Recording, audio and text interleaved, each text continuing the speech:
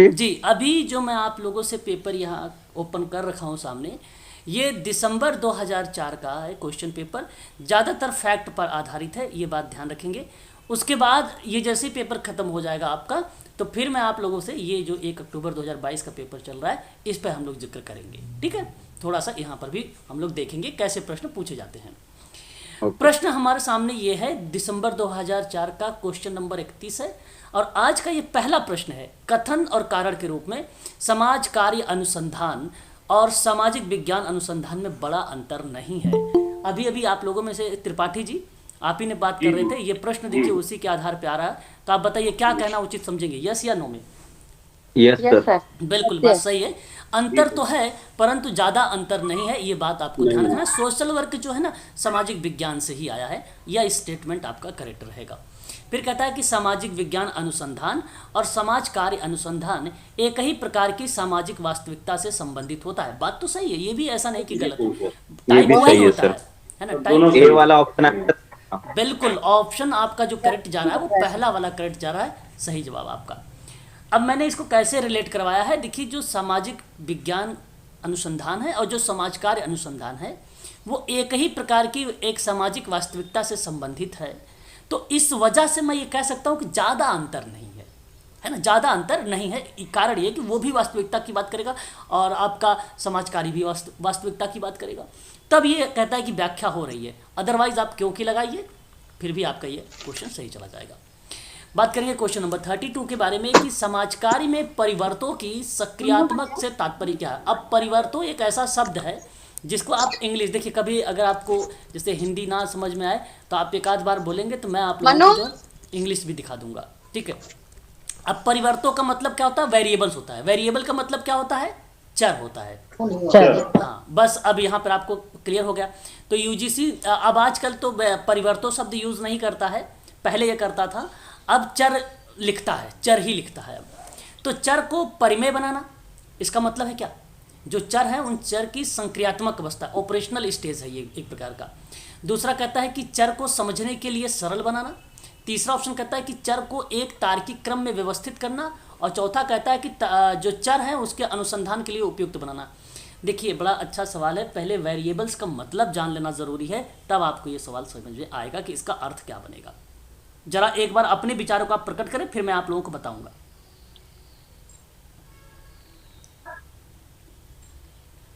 Variables मतलब जैसे हम कहते हैं ना कि अगर हम काफी पीते हैं तो हमारी नींद जो है हमारी खुल जाती है। यानी काफी और नींद में कुछ रिलेशन हमारे देखो, वो वो तो रिलेशन। सब वेरिएबल्स के टाइप्स हैं कि क्या जी प्रभाव डाल रहे हैं क्या नहीं डाल रहे। जो आप बता रहे हैं जी सर, वो बेसिकली ये चर है। चर का मतलब आप बी जाना वाला होगा रहेगा सर। बी आपको। सर। ओके, ओके, परिवर्तन। ठीक है सर। अब एक बार इसका मतलब सी समझिए सर, सर। आप एक मिनट, एक बार मतलब समझिए। चर को मैं सरल शब्दों में अर्थ बताना चाहूँगा, कोई ऐसी चीज़, बात को समझिए। अब मैंने कहा कि बालक बालिका लिख दिया, कोई वस्तु लिख दिया, तो वो चर है।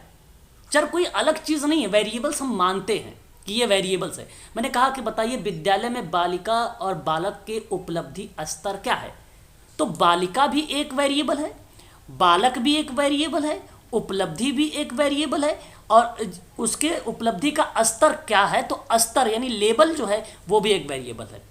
तो कई वेरिएबल्स होते हैं। वेरिएबल जो भूमिका निभाता है, जहाँ पे रीजंस बना देता है, कारण, जैसे भी आप चाय कॉफ़ी का दे देते कारण, तो वहाँ पे एक प्रकार से वो वेरिएबल्स का पार्ट होता है। फिर भी आप समझिए, कोई ऐसी चीज़ जिसमें किसी एक या अन्य कारण से बदलाव आता रहता है, अर्थात चर कोई भी चीज़ जिसका मान बदले उसे हम कुछ कहते हैं, तो वह शब्द आता है वेरिएबल। तो कोई ऐसी चीज़ जिसमें किसी एक या अन्य कारण में बदलाव लाता रहता है, उससे हम कहते हैं वेरिएबल, उसे हम लोग कहते हैं वेरिएबल।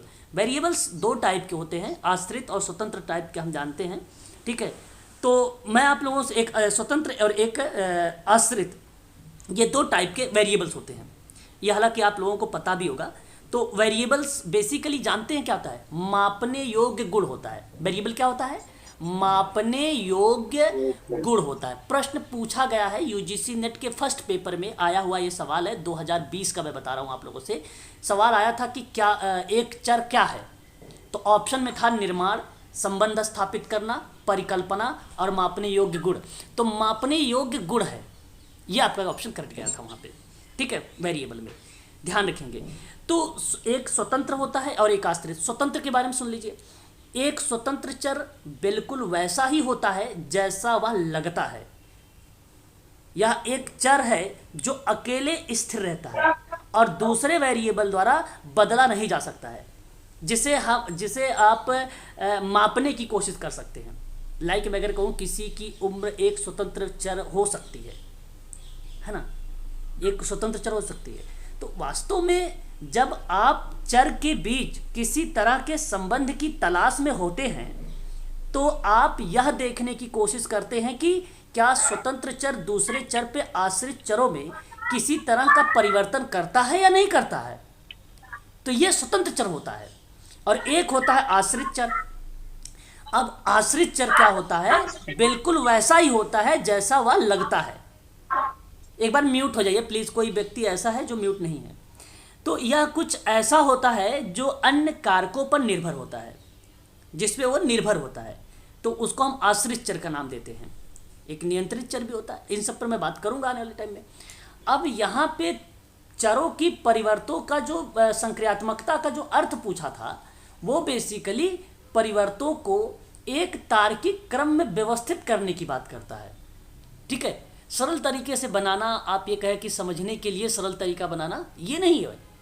चर बेसिकली एक तार्किक क्रम। अब ध्यान रखिएगा ट्रिक, जिस ऑप्शन में आपको तार्किक शब्द आए, अवसर शब्द आए, समानता शब्द आए, ठीक है, अनुभव शब्द आए, 110% गारंटी है कि वो ऑप्शन सही जाएगा। ठीक है, ये बात ध्यान रखिएगा। तो यहाँ अगर हम बात करें तो परिवर्तों की जो संक्रियात्मकता का मतलब था वो ऑप्शन नंबर सी को ही रिप्रेजेंट कर रहा था, और ये करेक्ट है आपका। ठीक है, क्वेश्चन नंबर 33 देखिए, कह रहा है कि निम्न कथनों को देखिए। एक बार जो चर बोले तो लिखा सर एक मिनट सर, फिर से बता दो सर। तार्किक चर किसे कहते हैं? तार्किक एक शब्द एक साइड में लिख लीजिए अपने कॉपी पर, ट्रिक बना के। तार्किक, अनुभव, अवसर, समानता, समानता, वास्तविक, वास्तविक। ठीक है, ये ऑप्शन में जैसे भी आते हैं वो ऑप्शन हमेशा सही जाता है। ठीक है, हमेशा सोशल वर्क में। आगे बढ़िए। इसको बलवीर वो चर किसे कहते हैं बता दीजिए, जो बोले आप कोई ऐसी चीज जिसमें किसी एक अथवा अन्य कारणों में। चर किसे कहते हैं आप ये कहना चाहते हैं? चर सर मापने योग्य है। चर आपको दो टाइप के होते हैं, एक स्वतंत्र चर होता है और एक आश्रित चर होता है। ठीक है, स्वतंत्र चर किसे कहेंगे? यह वैसा चर है जो अकेले स्थिर रहता है, इसमें जो है दूसरे चर के द्वारा बदला नहीं जा सकता है, जो जैसा वैसे ही रहेगा, जिसे आप मापने की कोशिश करते हैं। तो बताइए, आप क्या किसी की उम्र को बदल सकते हैं? नहीं बदल सकते। उम्र, एज थोड़ी बदला जा सकता है ना। तो मेरा कहने का मतलब ये हुआ यहाँ पे कि यह एक एग्जाम्पल है। लेकिन जब मैं आपसे बात करता हूँ आश्रित चर के बारे में, तो आश्रित चर क्या है? आप मेरे पर निर्भर हैं। एक बार म्यूट हो जाइए। तो एक आश्रित चर वो होता है जो बिल्कुल वैसा ही तो होता है, वैसा ही लगता है। जहां आपको ये ध्यान रखना है, कुछ ऐसा है कि वह अन्य कारकों पर निर्भर होता है, तो वो अन्य कारक पर निर्भर रहेगा, वो आश्रित चर हो जाएगा। किसी कारक पर वो निर्भर रहेगा, तो उसको आश्रित चर कहेंगे, है ना। तो ये आपको ध्यान रखना है बस। देखिए आगे सवाल है जी। सर ये तार्किक, अनुभव और समानता, वास्तविक जो आपने बताया, ये मतलब एक बार और एक्सप्लेन कर दीजिए, जैसे ये आए तो हम क्या समझें। जैसे अगर कोई ऑप्शन में, अगर मैं आपसे क्वेश्चन नंबर 32 की बात कर रहा हूँ, 32 आपको मैंने लिखाया है तार्किक एक शब्द, यहाँ आप देखिए ऑप्शन नंबर सी में तार्किक क्रम लिखा हुआ है। तो ऐसे में अगर मान लो ये प्रश्न नहीं समझ में आ रहा है, तो ये मैंने ट्रिक बताया है आपको, ये ट्रिक आपका इस ऑप्शन को लगा दीजिए, ये ऑप्शन सही हो जाएगा आपका। ऐसे ही आपके 4 ऑप्शन में से कोई एक ऑप्शन में लिखा रहेगा, कहीं कहीं अनुभव भी मिल जाएगा, तो उस ऑप्शन को आप करेक्ट करने का प्रयास करिएगा।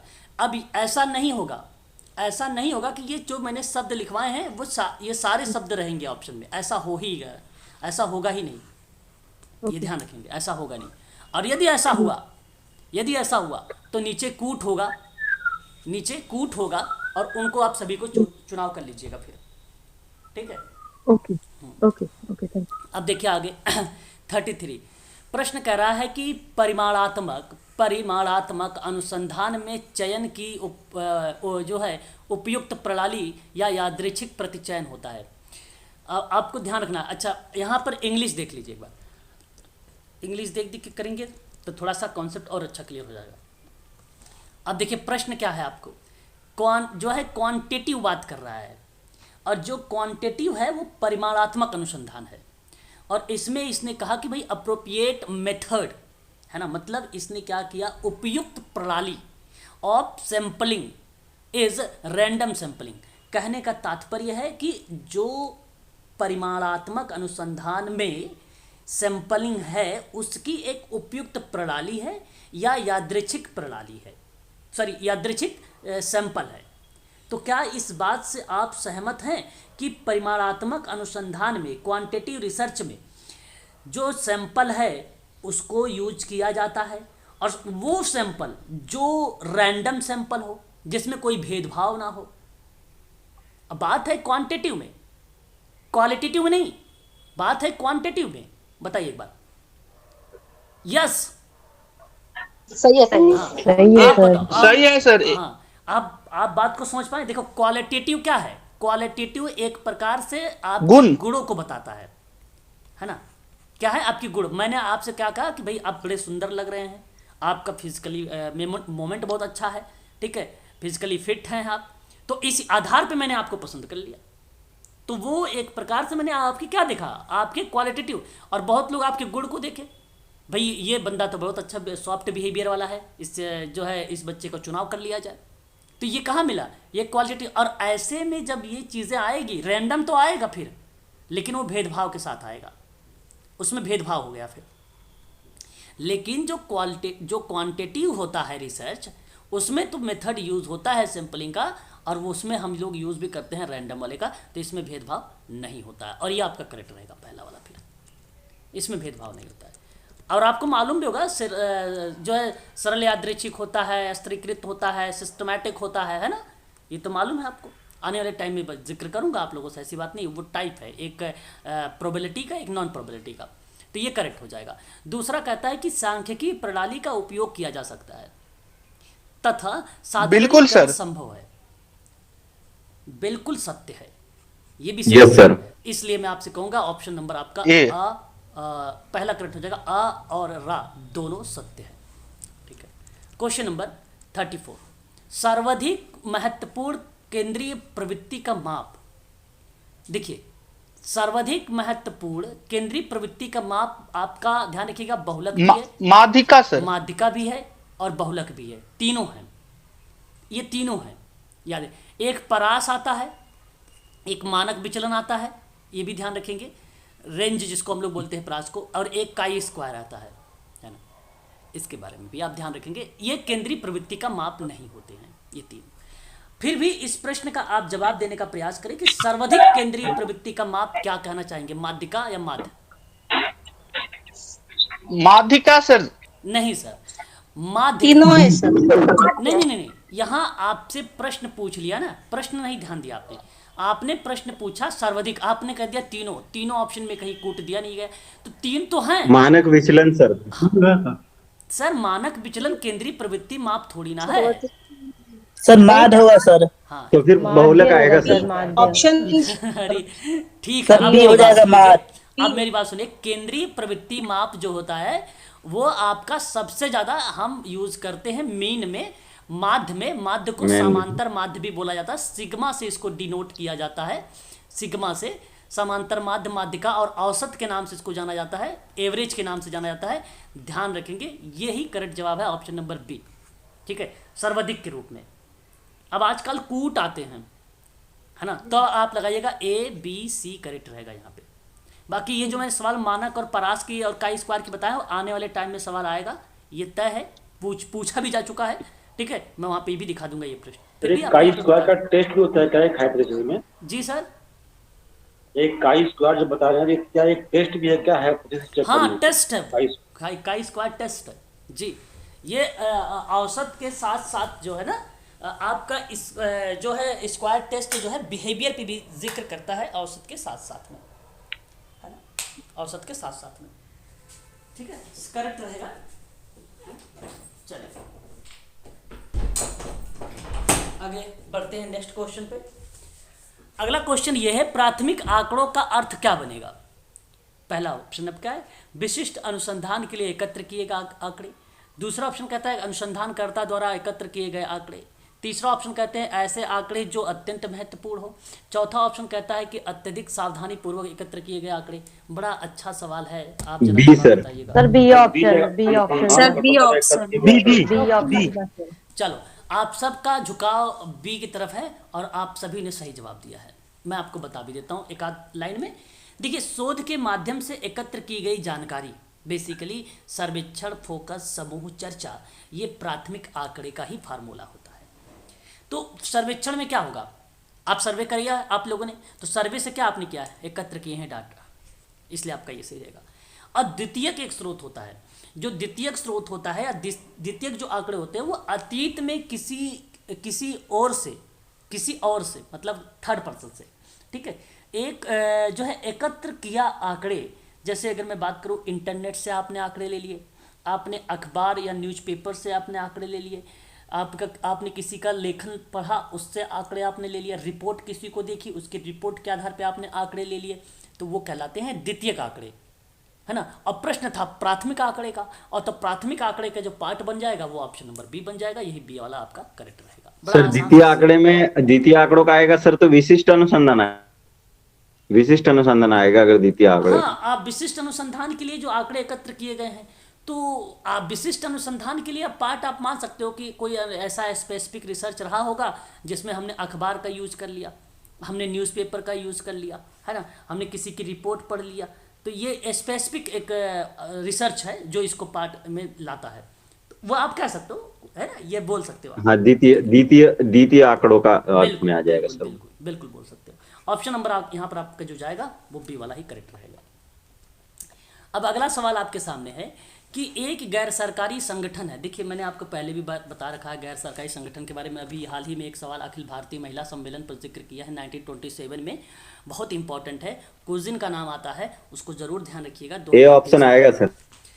अब प्रश्न यहाँ पे यह है 36 वाला कि एक गैर सरकारी संगठन निम्न के लिए जो है अंतर्गत पंजीकृत किया गया है। तो भारतीय दंड संहिता में 1860 कहते हो आप लोग, अब संस्था पंजीकरण 1860 कहते हो, तो आप बताओ एनजीओ क्या भारतीय दंड संहिता रजिस्टर करती है कि संस्था? नहीं सर, बी से होगा। तो फिर बी सर, कंपनी पंजीकरण जहाँ कंपनी कहाँ सर आ गया, कहाँ जा रहे हो आप? संस्था सर, संस्था। हाँ, संस्था आएगी, कंपनी भी है बट कंपनी अलग है। कंपनी आपका 1956 की आती है, धारा इसके अंतर्गत अगर हम बात करते हैं तो 25 आता है, और सन 1969 में केंद्रीय समाज कल्याण बोर्ड का नाम आता है, बोर्ड। तो ये बात ध्यान रखिएगा। यहाँ आपका जो जवाब जाएगा वो बी वाला करेक्ट होगा। औद्योगिक अधिकरण एक अधिनियम है, आपको पता होना चाहिए, 1947 का है ये, और ये 1947 वाला वही है जो आपका, अच्छा, एक 46 वाला है, जो 46 का है वो बेसिकली अस्थाई के लेकर विवाद की बात करता है, और जो औद्योगिक विवाद अधिनियम को रिप्रेजेंट करता है वो 1947 वाला यूज़ करता है। तो औद्योगिक अधिकरण अधिनियम भी 1947 का ये भी है। तो तीन चीज़ें यहाँ पर आप ध्यान रखिएगा।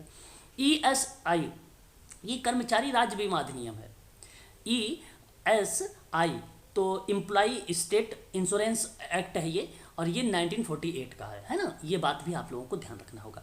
आगे बढ़ेंगे, क्वेश्चन नंबर 37 लेंगे। बहुत अच्छा सवाल है और ये इतिहास के संबंध में सवाल आया हुआ है, केवल आपको ध्यान देना है। प्राचीन भारतवर्ष में सामाजिक सुरक्षा साधनों को सर्वप्रथम निम्न में से किसने क्लासिफाइड किया था? और मैंने पढ़ाया ये, कौटिल्य, सम्राट अशोक, शुक्राचार्य या हर्षवर्धन? अशोक। वेरी गुड, यहाँ पे सम्राट Ashok is the right answer होगा। सम्राट अशोक का ही जवाब आता है, यही करेक्ट होगा, ठीक है, यही करेक्ट रहेगा। और सम्राट अशोक का नाम, ठीक है, इसने वो चीज़, और कौटिल्य नहीं, ये कौटिल्य की भूमिका थी बताने उताने, मतलब मार्गदर्शन में सम्राट अशोक की, ठीक है। तो ऑप्शन नंबर आपका यहाँ पे जो आएगा वो सी वाला करेक्ट रहेगा। अगला सवाल है, केंद्रीय समाज कल्याण बोर्ड निम्न में से धन उपलब्ध नहीं कराता है। अच्छा भाई, किसको नहीं कराता है? सर ICDS को।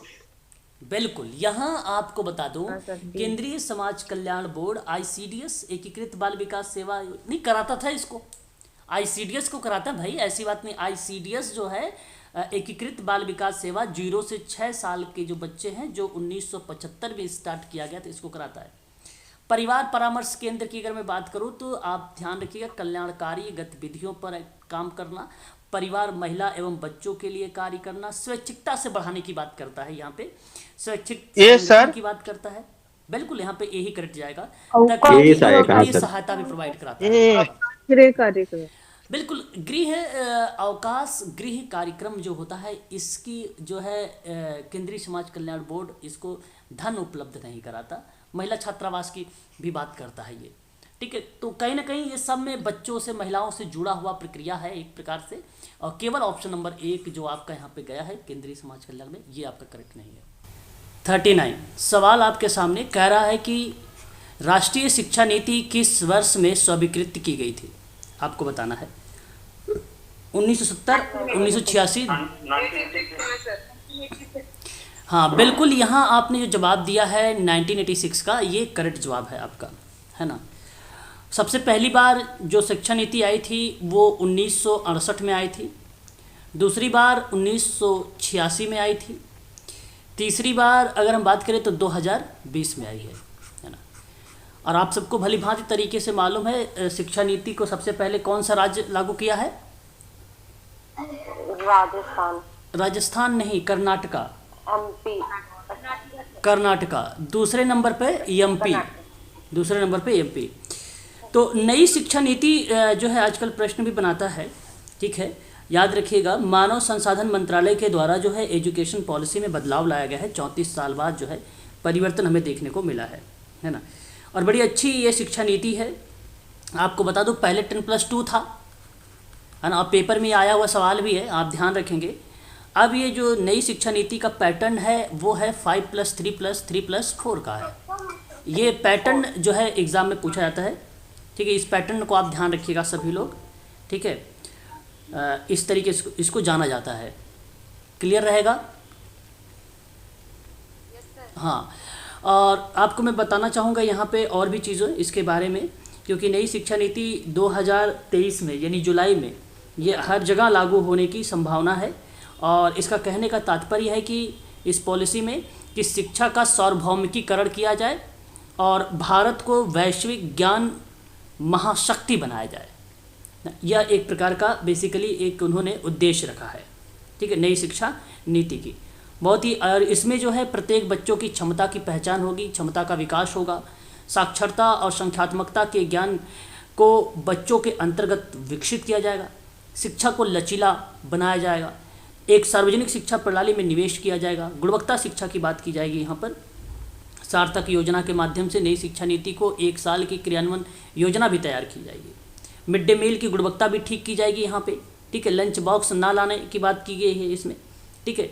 कक्षा 3री, 4थी और 5वीं के बच्चों को प्रत्येक सप्ताह में 2 घंटे का होमवर्क लिया जाएगा, है ना, सप्ताह की बात मैं कर रहा हूँ। 6ठी से लेकर 8वीं तक में 1 घंटे का होमवर्क दिया जाएगा। 9वीं से लेकर 12वीं तक क्लास तक के बच्चों को जो है 2 घंटे का होमवर्क दिया जाएगा। इस तरीके का पैटर्न जो है भी यहाँ पे फॉलो किया जाएगा। प्लस याद रखिएगा 5+3+3+4 का जो पैटर्न है ये फॉलो होगा, ठीक है। ये काफ़ी इंपॉर्टेंट है, ये आपको ध्यान रखना है। मैं बार बार आपसे बता रहा हूँ कि ये इंपॉर्टेंट है हम सब के लिए। 5 का मतलब क्या है यहाँ पर आप समझ लीजिए, फाउंडेशन स्टेज को रिप्रेजेंट किया गया है। ये यहाँ बताया गया है कि 3 से लेकर 8 साल तक के जो बच्चे होंगे उसमें 3 साल के बच्चों को प्री स्कूल की शिक्षा दी जाएगी, 2 साल की स्कूली शिक्षा दी जाएगी, शामिल किया जाएगा। और ये फाउंडेशन स्टेज के अंतर्गत भाषा कौशल और शिक्षण के विकास पर जो है ध्यान केंद्रित होगा। ये आप ध्यान रखेंगे फाउंडेशन स्टेज के बारे में। और ये जो तीसरा आप देख रहे हैं प्रीपेटरी स्टेज इसको बोला जाता है, ये 8 साल से लेकर 11 साल के बच्चों को होगा, ठीक है। ध्यान रखेंगे इसमें क्लास जो होगी वो 3 से लेकर 5 तक के बच्चों को शामिल होगा। मैंने पहले भी आप लोगों को शिक्षा नीति का PDF भी प्रोवाइड करा रखा है, ठीक है, उसको भी देख लीजिएगा, वही चीज़ इसमें मेंशन की गई है, ठीक है। और फिर उसके बाद यहाँ पे बात करूँ तो एक और 3 आता है, ये मिडिल स्टेज होता है। और इसके अंतर्गत 6 से 8 साल क्लासेज जो होंगी वो क्लास 6 से लेकर 8 तक के होंगे।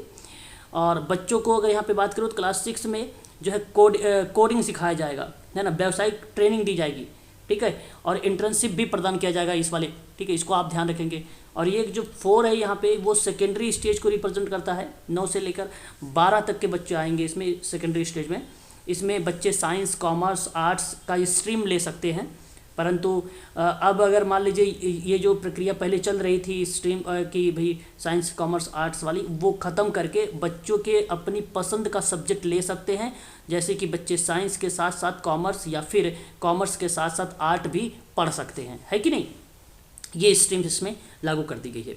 बीएड अब 4 साल का कर दिया गया है, ठीक है, ये आपको पता होगा, ठीक है। वोकेशनल स्टडीज़ की बात की जाएगी, अध्ययन की बात होगी, ठीक है। मातृभाषा और क्षेत्रीय भाषा में शिक्षा जो है प्रोवाइड की जाएगी, दी जाएगी, ठीक है। इस तरीके का जो है नई शिक्षा नीति में ये सारी चीज़ें लागू की जाएंगी, ठीक है। चलिए आगे बढ़ेंगे, क्वेश्चन नंबर 40 को लेंगे। प्रश्न हमारे सामने है, ग्राम क्षेत्रों में कल्याण संबंधी गतिविधियों में निम्न में बाधा नहीं पड़ती है, बताइए क्या कहना उचित करना पड़ेगा कि ग्राम क्षेत्रों में कल्याण संबंधी जो गतिविधि हैं उनमें निम्न द्वारा बाधा नहीं पड़ती है। धन की कमी से, या जनसंख्या की आवश्यकता के संबंध में आंकड़ों की कमी, या नेतृत्व का अभाव, या निर्धनता। बताइए कौन सा ऐसा रीज़न हो सकता है जो बाधा नहीं पड़ती है। Question number 40। नहीं सर, जनसंख्या की आवश्यकता संबंधी जो आंकड़े होंगे उनकी कमी। देखो, ग्राम क्षेत्रों में कल्याण संबंधी गतिविधियों में बाधा नहीं पड़ेगी, है ना, बाधा नहीं पड़ेगी। अब निर्धनता क्यों नहीं बाधा पड़ सकती है ना, पड़ सकती है। अगर नेतृत्व करने वाला नहीं रहेगा तो फिर भी ग्राम में दिक्कत पड़ सकती है।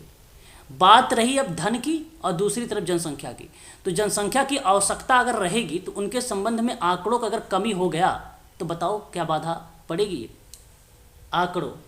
आंकड़े मतलब डेटा की बात मैं कर रहा हूँ, डेटा की यहाँ संसाधन की नहीं बात हो रही, data. Option number B is the right answer ना, यहाँ पे बी आपका करेक्ट रहेगा, बी। क्वेश्चन नंबर 41, निम्न में से बताइए ये वह क्या है जो सामाजिक विकास की ओर प्रत्यक्ष रूप से निर्देशित नहीं करता। अंतर्राष्ट्रीय व्यापार। अंतर्राष्ट्रीय व्यापार, तो इसने कहा कि सामाजिक विकास की ओर प्रत्यक्ष रूप से निर्देशित नहीं करता है, तो यहाँ सही जवाब क्या होना चाहिए, अंतर्राष्ट्रीय व्यापार आप बता रही हैं। देखिए, सामाजिक विकास की ओर प्रत्यक्ष रूप से निर्देश नहीं करता है, प्रत्यक्ष रूप से नहीं करता है, प्रत्यक्ष रूप से नहीं करता है भाई। ये अगर मैं बात करूँ अंतर्राष्ट्रीय व्यापार के बारे में तो ये तो करता है, सामाजिक परिवर्तन प्रक्रिया की बात करूँगा तो करता है, न्याय के साथ समृद्धि की बात भी करूँ तो होता है, जीवन की गुणवत्ता की बात अगर हम करते हैं, ठीक है, ऑप्शन नंबर बी की अगर हम बात करें यहाँ पे, ठीक है, ये रिप्रेजेंट करेगा। देखो, ग्रोथ और जस्टिस, ठीक है, प्रत्यक्ष रूप से निर्देशन, अंतर्राष्ट्रीय व्यापार, क्योंकि आर्थिक नीति, सामाजिक नीति प्रगति पर लागू कर सकता है या लागू हो सकता है, तो आर्थिक, राजनीतिक, सामाजिक, तकनीकी जो है ना वो प्रगति पर लागू हो सकती है। इस वजह से अगर हम बात करें तो परिवर्तन, अंतर्राष्ट्रीय व्यापार, ग्रोथ एंड जस्टिस भी शामिल रहेगा, परंतु जीवन की गुणवत्ता नहीं रहेगी। ऑप्शन नंबर बी आपका करेक्ट रहेगा, क्वेश्चन नंबर 41 का, ठीक है। क्वेश्चन नंबर 42 देख लीजिए। 42 को रहा है कि आपसे 42 नंबर का सवाल कि विश्वव्यापी मानव विकास सूचकांक रिपोर्ट को निम्न में से किसने या निम्न द्वारा जो है प्रकाशित किया गया है। यूनिसेफ होगा, यूनेस्को होगा, यूएनडीपी या ओके, यूएनडीपी आपने कहा, यहाँ पे करेक्ट जवाब जाएगा option number C. UNDP basically 22 November 1965, आपको पहले भी बता रखा है, 1965 यूनाइटेड नेशन डेवलपमेंट प्रोग्राम है ये, और इसकी ही द्वारा जो है मानव विकास सूचकांक रिपोर्ट को प्रकाशित किया गया है। यह ऐप का सही जवाब रहेगा option number C. UNICEF basically United Nation children's fund है ये, और इसकी स्थापना जब की गई थी तो वह थी 11 दिसंबर 1946 में की गई थी इसकी स्थापना। यूनेस्को की बात करते हैं, United Nations educational, scientific and educational organisation है ये यूनेस्को, और इसकी स्थापना जो हुई है वो 16 नवंबर 1945 में हुई है, 16 नवंबर 1945 में हुआ है। UNHCR की बात करें, HCR की बात करें तो United Nations high commissioner for refugee की बात करता है ये, और इसकी स्थापना जो की गई थी वो 3 दिसंबर 1949 को की गई थी, ठीक है, काफ़ी इंपॉर्टेंट है, फैक्ट को ध्यान रखेंगे सभी लोग। क्वेश्चन नंबर बात करेंगे 43 के बारे में। धारणीय विकास का मुख्य केंद्र निम्न के चारों ओर होता है। निर्धनता का निवारण सर। देखिए, धारणीय विकास का मुख्य केंद्र निम्न में चारों ओर होता है। या तो आपका यहाँ पे निर्धनता का निवारण होना चाहिए, या आपका जो है निरक्षरता को दूर करने का होना चाहिए। बाकी आगे की जीवन पीढ़ी की ये गलत हो जाएगा, ये भी गलत हो जाएगा। दो ऑप्शन है, दोनों बताइए वैसे कौन सा कर जाएगा। धारणीय ए विकास, ऑप्शन सर। तो आपको प्राथमिकता देना है, निर्धनता में बढ़िया रहेगा कि निरक्षरता में बढ़िया रहेगा, आप यही बताइए। धारणीय विकास का मुख्य केंद्र किस पे होना चाहिए? शिक्षा पे बात होनी चाहिए या निर्धनता? अब जब शिक्षा होगी ही नहीं, सर शिक्षा हाँ, तो ऑप्शन नंबर जी, ऑप्शन नंबर सी करेक्ट। हाँ, सर पहले गरीबी का निवारण आता है हमेशा। नहीं सर, पहले शिक्षा। हाँ, एक मिनट, पहले राजीव जी की बात सुन लेते हैं। सर ए बी, धारणीय विकास का नहीं, देखिए, अब आप सुनिए एक बार, थोड़ा ध्यान दीजिएगा आप सभी लोग। प्रश्न हमारे सामने है, धारणीय विकास का मुख्य केंद्र किन में या निम्न में चारों ओर होता है। तो आप कह रहे हैं कि आगे आने वाली पीढ़ियों का कल्याण करने के परिप्रेक्ष्य में चारों ओर होता है। अब धारणीय विकास का मतलब ये रहा सस्टेनेबल डेवलपमेंट में, ये एक प्रकार से लक्ष्य की बात की गई है, जहाँ पे आपके भविष्य की बात की जाती है, ठीक है। परंतु मैं आपसे कहूँगा कि यहाँ जो जवाब आपका जाने वाला है, निरक्षरता को दूर करने को होगा, ठीक है। निरक्षरता को दूर करना होगा। मुख्य केंद्र जो इसका है ना, मुख्य केंद्र जो है वो निरक्षरता को दूर करना है, मतलब साक्षरता पर बल दिया गया है। आपको बता दूं, 21वीं सदी में अगर आप कोई भी कंटेंट या नोट्स पढ़ेंगे इस समय सतत विकास को ध्यान में रखते हुए, तो एजुकेशन को बढ़ावा दिया गया है, ठीक है। और एजुकेशन बढ़ेगा तो सब निर्धनता समाप्त होगी, ठीक है, इसकी बात की गई है। और एजुकेशन बढ़ेगा तो आने वाले पीढ़ी का भी कल्याण हाँ जी होगा, सर। ऐसी बात नहीं है। अगर आने इसके बारे में बात करेंगे ना, इसके बारे में, तो ये एजुकेशन पीछे, निरक्षरता एजुकेशन जो है पीछे हो गई, शिक्षा जो है पीछे हो गई फिर। और अगर मैं इसकी बात पहले करूँगा तो एजुकेशन इसके अंदर शामिल है, मतलब आगे पीढ़ी आने वाली शामिल इसमें है, बी इसमें शामिल है। फिर अगर मैं इसकी बात करता हूँ तो हाँ, एक बार म्यूट हो जाइए प्लीज़, सभी लोग म्यूट हो जाइए। देखिए, मैं आपसे कह रहा हूँ कि अगर ये ऑप्शन सी को आप लगाएंगे तो सी ऑप्शन में आपको बता दूँ ये ए ऑप्शन भी शामिल है और बी ऑप्शन भी शामिल है। परंतु अगर आप बी ऑप्शन को सर जवाब देंगे तो यहाँ पे एलिमेंट हो गया आपका सी, हट गया सी, और सी को हम हटा नहीं सकते, क्योंकि धारणीय विकास का 17 लक्ष्यों में से ये भी एक लक्ष्य है।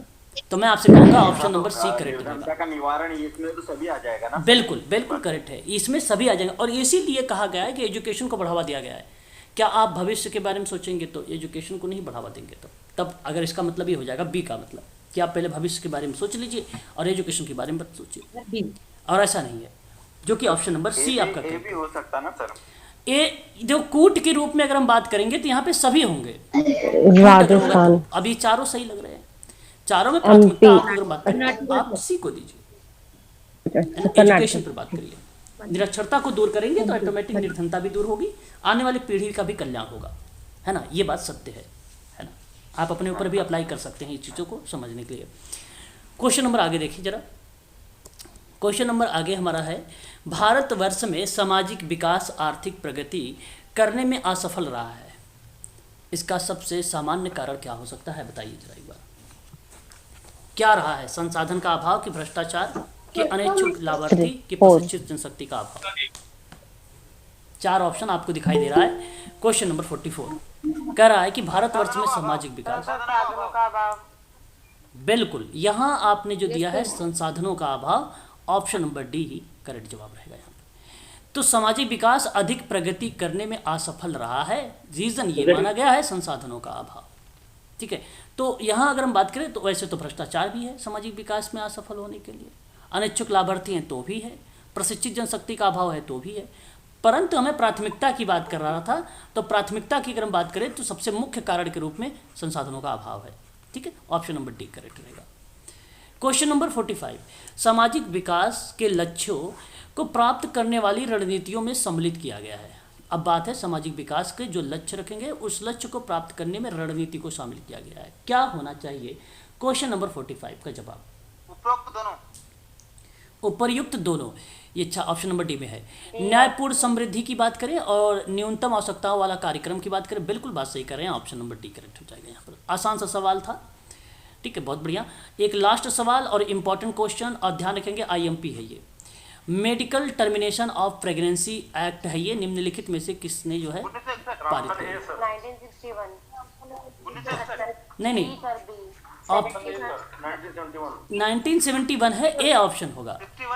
हाँ 61 नहीं है सर, 61 गलत जवाब है, बी आपका गलत है, यहाँ पे बी नहीं है, ना ही डी है, ना ही सी है। आपको बता दूं मेडिकल एक्ट जी, मेडिकल एक्ट ऑफ प्रेगनेंसी जो एक्ट है ये basically medical termination of pregnancy act के नाम से जाना गया है। इस अधिनियम को सन 1971 में पारित किया गया था, यही ऑप्शन आपका करेक्ट रहेगा, ठीक है। देखिए कुछ अनुच्छेद यहाँ पे दिए गए हैं, आपको ये पढ़ना होता है और पढ़ के फिर उत्तर ढूंढना होता है। मैंने आपको पहले ही बता रखा है, इसका एक तरीका है, ट्रिक है। मैंने कहा है कि आप लोगों को पहले क्वेश्चन पढ़ना है, फिर ऑप्शन पढ़ना है और फिर जाके गद्यांश को देखना है। रचनाकार उपर्युक्त अनुच्छेद में मुख्यतः निम्न में संबोधित कर रहा होता है। तो सामाजिक कार्यकर्ता कर रहा है क्या, सामर्थ्य व्यक्ति कर रहा है कि अपंगता युक्त व्यक्ति कर रहा है कि सामान्य व्यक्ति कर रहा है। अब आपको गद्यांश पढ़ना होता है इसमें, ठीक है। तो मैं आपको बता दूं, पहले यहाँ पर आप ढूंढिए जरा, यहाँ आपको देखिए अपंग व्यक्ति मिला हुआ है। तो ऐसी स्थिति जो समाज की मुख्य धारा में निकटतम की बात हो रही है, ठीक है, निकटतम की, और उनको जो है अपंग व्यक्तियों के प्रयोग हेतु उपलब्ध कराने के लिए सामान्यीकरण कहा जाता है, सामान्यीकरण कहा जाता है, ठीक है। और गद्यांश में पूछा है मुख्यतः जो है निम्न को संबोधित करता है। तो ये गद्यांश किसको संबोधित कर रहा है? देखो एक अपंगता के बारे में यहाँ पे बात हो रही है। काम, मनोरंजन, जो है वातावरण होगा, वस्त्रावरण, परिवहन और नित्य के जो है, नित्य मतलब कार्य होता है, क्रियाकलापों के उन्हें जो है उसी प्रकार में उपलब्ध कराना चाहिए, ठीक है, एक सामान्य जनों के सदृश समझे, है ना। तो मैं अगर आपसे बात करूं तो ये जो गद्यांश का एक रचना कार्य बनाया गया है, कहीं ना कहीं अगर हम बात करें तो शारीरिक और मानसिक जो अशक्त वाले बच्चे हैं, जो व्यक्ति हैं, जो अपंग व्यक्ति हैं, उनके बारे में जिक्र किया जा रहा है और यह रचना यही बताती है आपको। तो क्या मैं इस ऑप्शन में जो दिया गया है, क्या मैं सामाजिक कार्यकर्ता को लगाऊं कि सामर्थ्य व्यक्ति को लगाऊं कि अपंग व्यक्ति को लगाऊं कि सामान्य जनता को लगाऊं? क्या ये अनुच्छेद किसको बताऊं? बी आपका करेक्ट रहेगा, यही आपका ऑप्शन सही रहेगा, हाँ बी ही करेक्ट रहेगा। इसी तरीके से आपको जो है ना प्रश्न को पढ़ना होता है और फिर उसके बाद ऑप्शन को, फिर जाके आपको क्वेश्चन जो है गद्यांश जो अनुच्छेद दिए गए हैं उनको पढ़ना होता है। अब इसमें आपको मैं 2-3 ट्रिक बता देता हूँ। इसमें आप ध्यान रखेंगे, एक तो सबसे पहली बात ये आपको ध्यान रखना है कि जो गद्यांश में जो ऑप्शन सबसे लंबा लिखा रहे, ट्रिक, ये ट्रिक है, लिखा रहे, उस ऑप्शन को आप करेक्ट करेंगे। दूसरा यहाँ पर ये कि जो सकारात्मक जवाब दे रहा हो, जो ऑप्शन सकारात्मकता का जवाब दे रहा हो, उसको आप करेक्ट करेंगे। अभी हम बात करेंगे इस पर कौन सकारात्मकता है, कौन नकारात्मकता का जवाब में दे रहा है। तीसरा ऑप्शन आपको ये ध्यान रखना है कि जहां आपको मुख्य धारा मिल जाए, समाज की मुख्य धारा से जोड़ना, वह ऑप्शन आपका करेक्ट हो जाएगा, ठीक है। इसमें जब कभी आपको कोई भी कार्य हो रहा होता है गद्यांश के आधार पे, तो परिमार्जन जरूर बात करता है, परिमार्जन जरूर बात करता है, वह ऑप्शन भी आपका करेक्ट जाएगा। तो ये ट्रिक है बेसिकली, ठीक है। आगे बात करते हैं, अब देखो क्वेश्चन नंबर 48 में गद्यांश में कि कौन सा सामान्यीकरण के दर्शन में सर्वोत्तम प्रकार की व्याख्या किया। अभी मैंने एक गद्यांश पढ़ा भी था ऊपर एक लाइन में, जरा बताइएगा। अपंगों की सहायता सकारात्मक भेदभाव द्वारा की जानी चाहिए। देखिए अब ये निगेटिव शब्द है, सकारात्मक भेदभाव द्वारा की जा सकती है, जो कि करना नहीं चाहिए, बट हमें सामान्यीकृत की बात है, व्याख्या में पॉजिटिव होना चाहिए, तो ये हमें काट देना चाहिए। फिर कहता है अपंगों के लिए प्रगतिवादी विधानों की आवश्यकता होती है। देखो अभी हम इसको काटेंगे नहीं, क्योंकि हो भी सकता है भाई, ऐसा नहीं कि नहीं होता, होता है, तो इसलिए अभी हम इसको काटेंगे नहीं। ऑप्शन डी को देखेंगे पहले। यहाँ पे कह रहा है कि अपंग व्यक्तियों जो सामर्थ्य व्यक्तियों के आदर्श पुरुष होते हैं, अपंग व्यक्ति जो होते हैं वो सामर्थ्य वाले व्यक्तियों का आदर्श पुरुष होते हैं, ये कहना उचित नहीं होगा, ये गलत हो जाएगा, हाँ ये गलत हो जाएगा। देखो ये है, ऐसा नहीं है कि नहीं होते हैं, होते हैं, ऐसी बात नहीं है कि नहीं होते हैं, है ना, पर फिर भी, लेकिन यहाँ पे गद्यांश में ऐसे जिक्र नहीं किया गया था। हमें वो चीज़ें ध्यान रखना है जो गद्यांश में चीज़ें मिल रही होती है, ठीक है, उनको ध्यान में रखना होता है। ऑप्शन सी की बात करते हैं, अपंग व्यक्ति को किसी भी अन्य नागरिक के समान सु अवसर उपलब्ध कराने चाहिए। तो आप बताइए जरा, बी सही जाएगा कि सी सही जाएगा, अपने विचार से।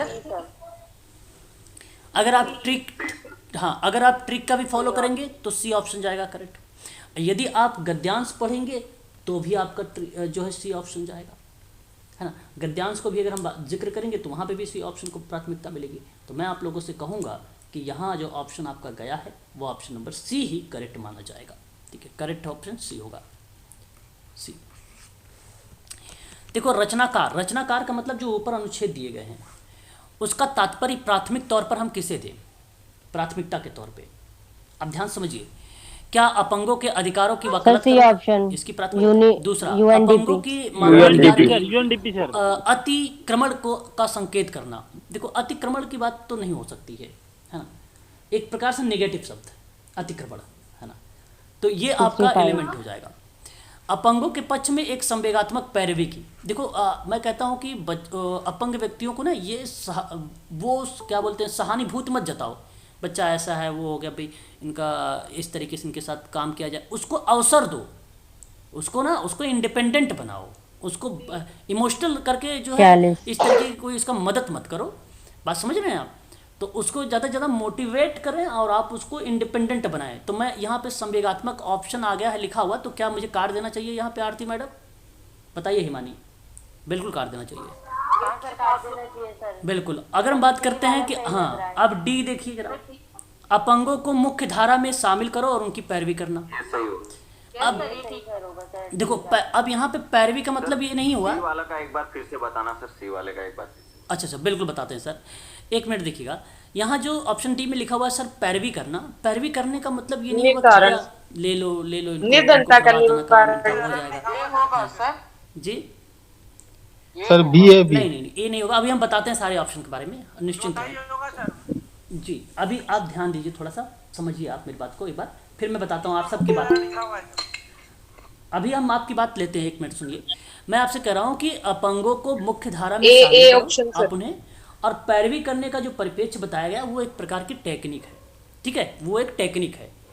तो ये जो रचनाकार जो गद्यांश ऊपर लिखा गया है आपके सामने, जो गद्यांश दिए गए हैं, वो बेसिकली ऐसी स्थिति जो समाज की मुख्य धारा की निकटता की बात करता है, को दूर करना और उनको उपलब्ध कराने की बात करता है। अगर मैं आप लोगों से बात करूं यहाँ पर गद्यांश, तो आप खुद आप देखेंगे और कहेंगे सर पहले गरीबी का निवारण आता है हमेशा। अगर हम जिक्र करें सर पहले तो ये वाला पॉइंट पहले शिक्षा आएगी तब तो निर्धन। साफ शब्दों में कहा जा रहा है कि एक ऐसी स्थिति जो समाज की मुख्य धारा की निकटता हो और अपंग व्यक्तियों का प्रयोग हेतु उपलब्ध कराने हेतु सामान्यकृत कर, गरीबी दूर होगी तभी तो पढ़ कहने का पाएंगे मतलब यहाँ पर एक मीनिंग, पहले ऐसा नहीं कि आप इसे डिक्टो मैच कर रहा था, ऐसा नहीं, मीनिंग समझने की बात थी। तो रचना का जो प्राथमिक तौर है ना, ये यही है कि दिव्यांग व्यक्तियों को समाज की मुख्य धारा से जोड़ो आप उसे, और उसे अवसर दो। अवसर का मतलब पैरवी की बात है यहाँ पे। अब बात थी ऑप्शन नंबर सी को। मैं ऑप्शन सी को बता देता हूँ कि ऑप्शन सी क्यों नहीं होगा। ऑप्शन सी कह रहा है आपसे ये, ऑप्शन सी कि अपंगों के पक्ष में संवेगात्मक पैरवी करो। जैसे कि आप भाई अपंग व्यक्ति है, सर इसका जल्दी काम कर दो, ये डिसेबल व्यक्ति है, चलो इसको स्टाइफंड दे देते हैं, इसको कुछ पैसे प्रोवाइड करा देते हैं, है ना, कुछ संसाधन इसको प्रोवाइड करा देते हैं। दिव्यांग व्यक्ति है, इसके काम आ जाएगा ये, है ना, क्या नाम है, रैंप, वो उसको क्या बोलते हैं, व्हील चेयर दे देते हैं, तो इसके काम आ जाएगा। भाई व्हील चेयर की बजाय आप उसे सलाह ये दो ना कि आप बेटा प्रयास करो, ज़्यादा से ज़्यादा प्रैक्टिस करो चलने के लिए, ये काम करो, ये बोलने का प्रयास करो आप, इस तरीके की बात करो। संवेगात्मकता चीज़ें नहीं, उनको इमोशनल नहीं चाहिए उन बच्चों को कि आप इमोशनल के माध्यम से आप उसको क्या करो, दया दिखाओ, दया नहीं चाहिए उसको इंडिपेंडेंट बनाओ। संवेगात्मकता कहीं ना कहीं एक प्रकार को ये बताता है आपको कि आप उसको इमोशनल जो है वो बता रहे हैं, है ना, प्रभावित हो गए आप, ये दिव्यांग व्यक्ति है, कुछ बेटा ये कर ऐसा होता है, और ये गद्यांश में लिखा भी नहीं है, और ये जो कि गलत हो जाएगा। अब कह रहे हैं कि ऑप्शन ए के बारे में, अपंगों के अधिकारों की वकालत करो। देखिए ये बात देखिए सत्य है कि अपंगों की वकालत तो करना चाहिए। अब प्रश्न हमारे सामने ये नहीं है, प्रश्न हमारे सामने ये है कि हमें प्राथमिकता तौर पर क्या देना चाहिए। तो पहले आपको बताओ, अगर आप बताओ पहले उसे बच्चों को मुख्य धारा में जोड़ना चाहोगे, ऐसा तो निर्धनता का निवारण इसमें तो सभी आ जाएगा ना सर, एक बात ये भी आप अपने अधिकार के लिए लड़ो, नहीं ये करना ठीक है, लेकिन गद्यांश में नहीं है ना ये बात, है ना, ये गद्यांश में नहीं है। देखो मानव गरिमा और योग्यता को मान्यता प्रदान करता है, ये बात सत्य है ना, ये बात ठीक है, परंतु अगर आपसे कहो कि उसकी वकालत करो तो ये ठीक नहीं है सर। ए भी हो सकता ना सर, तो वो पहले जुड़े तो सही मुख्य धारा से, आप क्या उसके साथ जाकर वो करेंगे, ये प्राथमिक तौर नहीं है ऑप्शन नंबर ए, इसलिए ऑप्शन ए नहीं हो सकता। और फिर मानव अधिकारों की अतिक्रमण को संकेत करना, है ना। ये देखो बेसिकली गलत है ना। यहाँ पे बेसिकली क्या है कि एक प्रकार से रिप्रेजेंट कर रहा है, संकेत दे रहा है मानवाधिकार के बारे में। ये पहला ऑप्शन और दूसरा ऑप्शन दोनों एक दूसरे के रिलेट कर रहे हैं। पहला दूसरा एक दूसरे के रिलेट कर रहे हैं। तो मानवाधिकारों के बारे में अतिक्रमण, अपने अधिकारों के लिए लड़ने की बात, संकेत करना, क्या उसे इस तरीके से बताएंगे? भाई ठीक है, लेकिन जब पहले वो समाज की मुख्य धारा से जुड़ेगा तभी तो आएगा। तो प्राथमिक तौर यही था, ऑप्शन नंबर डी। आप बताइए, इस प्रश्न में किसी को डाउट हो रहा है 49 में? नहीं सर। हाँ क्लियर हो गया सर। ठीक, तो ये बात ध्यान रखिए, पॉजिटिव के पक्ष में जाइए आप सभी लोग। संसाधनों का यूजीसी अभाव। ये नहीं कहता संसाधनों का अभाव। भावनाओं वगैरह के बारे में जाएं। यूजीसी पहली बात जब भी कोई जिक्र करता है वो आपके तर्क को जानना चाहता है, आप सोचते किस टाइप से हैं, आपको तार्किक चिंतन कितना आता है, किस तरीके से सोच सकते हैं, वो जानना चाहता है वो, है ना। तो प्रश्न हर एक पग पे, हर एक प्रश्न आपको एक प्रकार से तर्क करने के लिए मजबूर कर देगा, हर एक प्रश्न, है ना। और तर्क करना आना चाहिए आप लोगों को, यूजीसी में तर्क आना चाहिए आपको। जितना अच्छा आप तर्क कर लेंगे उतना ही अच्छे आप सबके जो है प्रश्न जाएंगे, तर्क आना चाहिए। प्रश्न हमारे सामने 50 है कि एकीकरण का सैद्धांतिक आधार निम्न पर आश्रित है, क्या व्यवहार संशोधन पर या समव्यवहार विश्लेषण पर, रियलिटी थेरेपी पर या मनोविश्लेषणात्मक। देखो सारे थेरेपी है, परंतु सवाल है एकीकरण को सैद्धांतिक आधार पर आश्रित उपरोक्त दोनों किस पे? D option. Reality therapy Glasser की है, ग्लासर की रियलिटी थेरेपी है, ठीक है। और बताइए, और कोई लोग?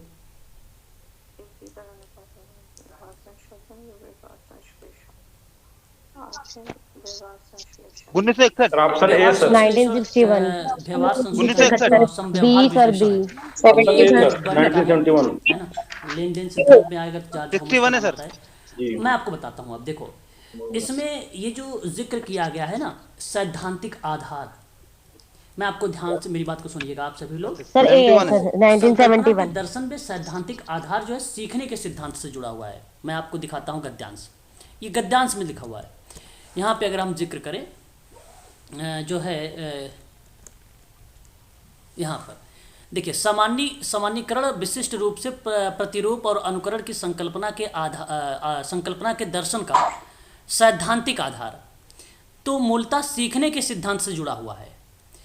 तो विशेषता या जो है दर्शन मानव अधिकार, मानव गरिमा और योग्यता को मान्यता प्रदान करता है, चाहे वे शारीरिक रूप से कैसे भी दिख रहे हों या किसी मानसिक सीमितताओं में क्यों ना ग्रसित हो वो। तो मतलब वो शारीरिक रूप से अगर मान लो है या मानसिक रूप से डिसेबल है तो कोई दिक्कत नहीं, कोई बात नहीं। लेकिन सैद्धांतिक आधार आपको सीखने पर ही बल देता है। और सीखने की बात अगर मैं करूँ तो क्या मैं यहाँ पे बिहेवियर लगाना सही समझूंगा? व्यवहार संशोधन क्यों? मैं व्यवहार क्यों लगाया? क्योंकि आपको OCT बताया है, ट्रायल एंड एरर बताया है, आपको क्लासिकल कंडीशनिंग थ्योरी बताया है। तो ये जो थ्योरी है किस पे आधारित है? क्या इन पे आधारित नहीं हो सकती? मैंने जी तो पहले आया था कोई। जी सर क्या कह रहे हैं आप? म्यूट हो जाए उनका। हाँ एक बार म्यूट हो जाइए। हाँ म्यूट हो जाइए। म्यूट है ये, प्लीज़ देखो आप लोग एक्टिव रहा कर, म्यूट नहीं होते हैं, दिक्कत होती है। क्लासिकल कंडीशनिंग थ्योरी जो है पावलाव की है, वो आदत पर है, वो आदत पे। सन 1904 में 7 शब्दों में इस किताब में इस पावलाव ने कहा है कि व्यवहार संशोधन सीखने पर बल देता है, और ये आपका करेक्ट रहेगा। इसके अगर हम बात करें विकास पर बल देने वाला है तो BF स्किनर का नाम आता है, याद रखेंगे। और ये OCT वाली थ्योरी, ठीक है। ऑप्शन बी सर अपंग व्यक्ति। संशोधन और विश्लेषण। संशोधन बेसिकली एक प्रकार से परिमार्जन शब्द को रिलेट करता है मैम। परिमार्जन का मतलब होता है मॉडिफिकेशन, और विश्लेषण का मतलब ये होता है कि जो उसके प्रॉब्लमेटिक बिहेवियर हैं आपके पास, उसको आप छोटे छोटे भागों में डिवाइड कर दीजिए, एनालिसिस कर दीजिए, बहुत सारे पार्ट बन जाएंगे, बहुत सारे स्टेप बन जाएंगे, है ना, ये बन जाता है, ठीक है। तो ये रहा। तो ये पेपर था आप लोगों का जो मैंने अभी करवाया है, वो दिसंबर 2004 का था। मैं एक बार आप लोगों को 2004 का पेपर करवाऊंगा, फिर आपको 2022 का करवाऊंगा, फिर 2005 का करवाऊंगा, फिर 2021 का करवाऊंगा, एक बार उधर से चलूँगा फिर इधर से चलूँगा, ठीक है। इस तरीके से पेपर अच्छा लेने का रीज़न क्या है मैं बताता हूँ। पहले का प्रश्न के बारे में थोड़ा सा रूबरू करूँगा कि पहले ज़्यादातर फैक्ट आ रहे थे, गद्यांश आ रहे थे तो उसकी मीनिंग से प्रश्न आ रहे थे, लेकिन अब आजकल गद्यांश वही आते हैं जो क्वेश्चन रहता है उसका डिक्टो कॉपी, उसका ऑप्शन खुद लिखा हुआ मिल जाता है गद्यांश में। बड़ा सरल बन गया है अब आजकल के गद्यांश, 10 नंबर का इजीली क्वेश्चन भी आप लोग सही तरीके से कर लेते हैं। तो आप इस पेपर में देख लेंगे, इस पेपर में आप लोग देखेंगे। तो इस तरीके से मैं करवाऊंगा। अच्छा, अगर आप कहेंगे तो मैं 2005 भी ले सकता हूँ, मुझे करवाना सब है, ठीक है। फिर भी यहाँ पर मैंने आपको थोड़ा सा लेटेस्ट चीज़ों से जोड़ना चाहा। अब देखिए लेटेस्ट चीज़ आजकल जो पूछा जा रहा है, देखिए क्वेश्चन नंबर पहला, ये पेपर जो आप देख रहे हैं 1 अक्टूबर 2020 को हुआ था, है ना, सॉरी 2022 का, है ना, कहाँ, हाँ 2022 का पेपर हुआ था, 2022 का। तो उसमें पेपर में प्रश्न आया हुआ था कि पहला प्रश्न है कि वर्ष 1960 में प्रकाशित एक गुलबेकियन रिपोर्ट हुई थी, तो उसका क्या नाम था? Community work and social change था, कि community work and social work था, कि यूथ एंड कम्युनिटी वर्क था, कि public perspective and social work था? क्या जवाब देना उचित समझेंगे आप, जरा मुझे बताएं। ये भी गलत है। बिल्कुल, यहाँ आपका जो जवाब होगा, नहीं sir, public perspective and social work नहीं था ये। आपको बता दूं, गुलबेकियन रिपोर्ट जो है, पहली बात तो 1960 का नहीं था, आपको ध्यान रखना, ये यहाँ पे गलत आया हुआ है ना, 1968 का है। और ये आपको बात करूँ तो इंग्लिश में देख लीजिए, इंग्लिश में प्राथमिकता दी जाएगी। हिंदी में इन्होंने 1960 लिखा है और इंग्लिश में 1968 लिखा है। तो ये पहली बात तो आप यहाँ पे करेक्ट कर लीजिए, ये 1968 का है गुलबेकियन रिपोर्ट, ना कि 1960 की, पहला फैक्ट। दूसरी बात आपको ये ध्यान रखना है, गुलबेकियन एक फाउंडेशन है, इसकी स्थापना जब हुई थी तो 18 जुलाई 1956 को हुई थी, 1956 को हुई थी। तीसरी बात आपको मैं यहाँ पे ये बता दूं कि ये जो गुलबेकियन रिपोर्ट है, ये सामाजिक विज्ञान विषयों के संगठन में अपर्याप्तता को दूर करने की मांग की गई थी, अपर्याप्तता को दूर करने की मांग की गई थी। अच्छा, कैसे की गई थी? तो कम्युनिटी वर्क और सोशल चेंज के माध्यम से की गई थी, जो ऑप्शन नंबर आपका पहला रिप्रेजेंट कर रहा था, ठीक है। सामाजिक विज्ञान और विषय के संगठन में अपर्याप्तता को दूर करने की मांग, केवल एक ही पॉइंट था गुलबेकियन रिपोर्ट के अंतर्गत, community work and social change के माध्यम, ठीक है। इसी के आधार पे 2001 में एक किताब आई थी, 2001 में जो किताब थी उस किताब का नाम था द गुलबेकियन, ठीक है, प्रोग्नोसिस था, प्रोग्नोसिस फ्रंट लाइन था इस किताब का नाम। तो ये इंपॉर्टेंट बना आपका, यहाँ पे 3 फैक्ट था। ये फैक्ट ये था 18 जुलाई 1956 में इसकी संस्था के रूप में स्थापित हुआ, ये स्थापना की गई, फाउंडेशन बना ये। दूसरा ये था कि गुलबेकियन रिपोर्ट की जो प्रोग्रेसिव फ्रंट लाइन है ये 2001 में आई। तीसरी बात आपको ये ध्यान रखना है कि सामाजिक विज्ञान के विषयों के संगठन में अपर्याप्तता को दूर करने किया गया था, डी वाला सही लग रहा है, चेंज का रोल हुआ था। चौथी बात आप ध्यान रखिएगा कि ये जो गुलबेकियन रिपोर्ट है 1968 तो कम्युनिटी वर्क और सोशल वर्क से, सी वाला का एक बार फिर से बताना सर, सी वाले का एक बार से भी रिलेट नहीं था, public perspective and social work से भी रिलेट नहीं था, केवल ऑप्शन नंबर पहला से रिलेट था। बाकी तो ये कंफ्यूज करने के लिए डाल रहा है। 10 अक्टूबर 2022 ये क्या है सर? पेपर था सर, मुख्य धारा भी लिखा ये होगा सर, 1 अक्टूबर 2022 का क्वेश्चन पेपर है ये सर, ये होगा, ये 10 नहीं लिखा हुआ, 1 अक्टूबर है, चौथा ही होगा सर, 1 अक्टूबर 2022 का ये पेपर है आपके सामने।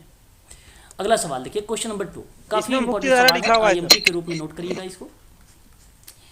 एक तरफ दिया गया है सूची 1, दूसरी तरफ दिया गया है सूची 2। पहला है मनोसामाजिक दृष्टिकोण, बड़ा ही अच्छा सवाल है, आप लोग इससे परिचित भी होंगे। तो मैं आपको बताना चाहूँगा कि जहाँ जब जवाब आप लगाइएगा तो फ्लोरेंस होलिश का नाम लगाइएगा। देखिए, मनोसामाजिक विकास का अगर मैं दृष्टिकोण की बात करता, मैं आपको अगर यहाँ पे जिक्र करता साइको सोशल थ्योरी, बात को ध्यान से समझिएगा, साइको सोशल थ्योरी की अगर मैं बात करता या साइको सोशल डेवलपमेंट थ्योरी की बात करता, तो आप एरिक एरिक्सन का नाम लगाते और उसमें 8 स्टेजेस की बात करते। कितनी स्टेजेस की? 8। तो पहला आप कहते हैं कि भैया शैशवावस्था है, जहाँ विश्वास बनाम अविश्वास था। दूसरा आप कहते हैं कि प्रारंभ बाल्यावस्था थी, जो स्वायत्तता बनाम शर्म की बात थी। तीसरा आप कहते हैं कि पूर्व विद्यालय अवस्था है, जो पे पहल बनाम अपराध की बात हुई। चौथा आप बोलते हैं कि विद्यालयी आयु है, जो उद्योग वर्सेस हीनता की बात होती। पांचवा आप कहते हैं किशोरावस्था है, जहाँ पे पहचान वर्सेस भूमिका भ्रांति की बात होती। छठा आप ये कहते हैं कि युवा किशोरावस्था है, जहाँ पर अंतर्गता वर्सेस अलगाव की बात हुई। 8वें की अगर हम बात करते हैं तो 7वें की अगर हम बात करते हैं तो यहाँ पे मध्यवयस्कता अवस्था होती, उत्पादकता बनाम ठहराव की बात होती। 8वें स्टेज की बात अगर मैं करता तो प्रौढ़ावस्था आप कहते हैं अहंकार जिसको वफादारी कहते हैं वर्सेस निराशा की बात होती है। तो ये प्रौढ़ावस्था को परिपक्वता भी कहा जाता है। तो ये 8 स्टेजेस हमें एरिक एरिक्सन को देखने को मिलते हैं। बट यहाँ पे मनोसामाजिक विकास ना लिखकर मनोसामाजिक दृष्टिकोण लिख दिया तो फ्लोरेंस होलिस का नाम आ जाता और ये आपका करेक्ट होता है। ये 1964 में आया था, ये बात आपको ध्यान रखना होगा। और ये जो साइको सोशल डेवलपमेंट थ्योरी थी, चाइल्ड एंड सोसाइटी, एक किताब आई 1950 में, ठीक है, उस समय ये इसने जिक्र किया था। तो 1950 और कहीं कहीं 1953 में ये जिक्र हमें देखने को मिलता है साइको सोशल डेवलपमेंट। लेकिन ज़्यादातर चाइल्डहुड सोसाइटी आता है जो 1950 है, ये करेक्ट है और पेपर में आता भी है। चाइल्डहुड एंड सोसाइटी सन 1950, ध्यान रखेंगे, ये काफ़ी इंपॉर्टेंट बन जाता है। बात करते हैं दूसरे पॉइंट पर। दूसरा पॉइंट ये है हमारे सामने कि क्रियात्मकता दृष्टिकोण के बारे में। अगर मैं क्रियात्मकता दृष्टिकोण की बात करता हूँ तो आप ध्यान रखिएगा, रुथ ई जो है इस्माइली का नाम, और इन्होंने सन 1958 में जिक्र किया था। अच्छा, आने वाला है ये सारी चीज़ें, आने वाले समय में सब रिलेट कराएंगे आप लोगों से, ठीक है, ये सब मिलेगा। तो रुथ ई इस्माइली का नाम आता है क्रियात्मक दृष्टिकोण में, इसलिए मैं आप लोगों से कहूँगा कि आप इनका नाम ज़रूर लगाइएगा, ठीक है। बात करते हैं समस्या समाधान दृष्टिकोण के बारे में। तो समस्या समाधान का जो दृष्टिकोण है 1957 में एच पर्लमैन का नाम आ जाता है, 1957 में। बात करते हैं संकट में दखल की बात, तो लीडिया रिपोर्टर का नाम आता है और बड़ा फेमस रही हैं ये, और हर बार ये पेपर में आ ही जाती हैं, ऐसी ये महिला हैं। तो 1962 में यूजीसी की बहुत फेमस महिला समझो एक प्रकार से ये है ना, लीडिया रिपोर्टर। तो लीडिया रिपोर्टर बेसिकली समुदाय मानसिक स्वास्थ्य प्रशिक्षण कार्यक्रम में भी भूमिका की आती है, जब 1969 में लाया गया था, वहाँ पर भी इनका पेपर में आ जाता है कभी कभी। बताइए सामुदायिक मानसिक स्वास्थ्य प्रशिक्षण कार्यक्रम में किसकी भूमिका है? तो लीडिया रिपोर्टर का। आपसे पूछ लेगा कि परिवार कल्याण नियोजन सलाहकार की परिप्रेक्ष्य से बात करता हूँ तो 1971 में लीडिया रिपोर्टर की नाम आती है। तो 2-3 बातें हैं इनका जो यूजीसी इनसे बड़ा प्रभावित है, क्लियर हो गया सर, दे देता है नाम, ठीक है, ये बात आपको ध्यान रखना। अब आपको बता दूं इन्हीं के 5C हैं, जैसे आपको मालूम होगा 4Ps के बारे में, तो इनका एक नाम आता है 5Cs क्राइसिस, बोलते हैं इसको 5Cs ऑफ क्राइसिस। आप ये कह लीजिए एक प्रकार से कि 5C जो है संकट में दखल। तो पहला एक इनका है केयर, दूसरा अगर हम इनसे बात करें तो कमिटमेंट आ जाएगा दूसरा। तीसरा बात करें तो कंपेटेंसी,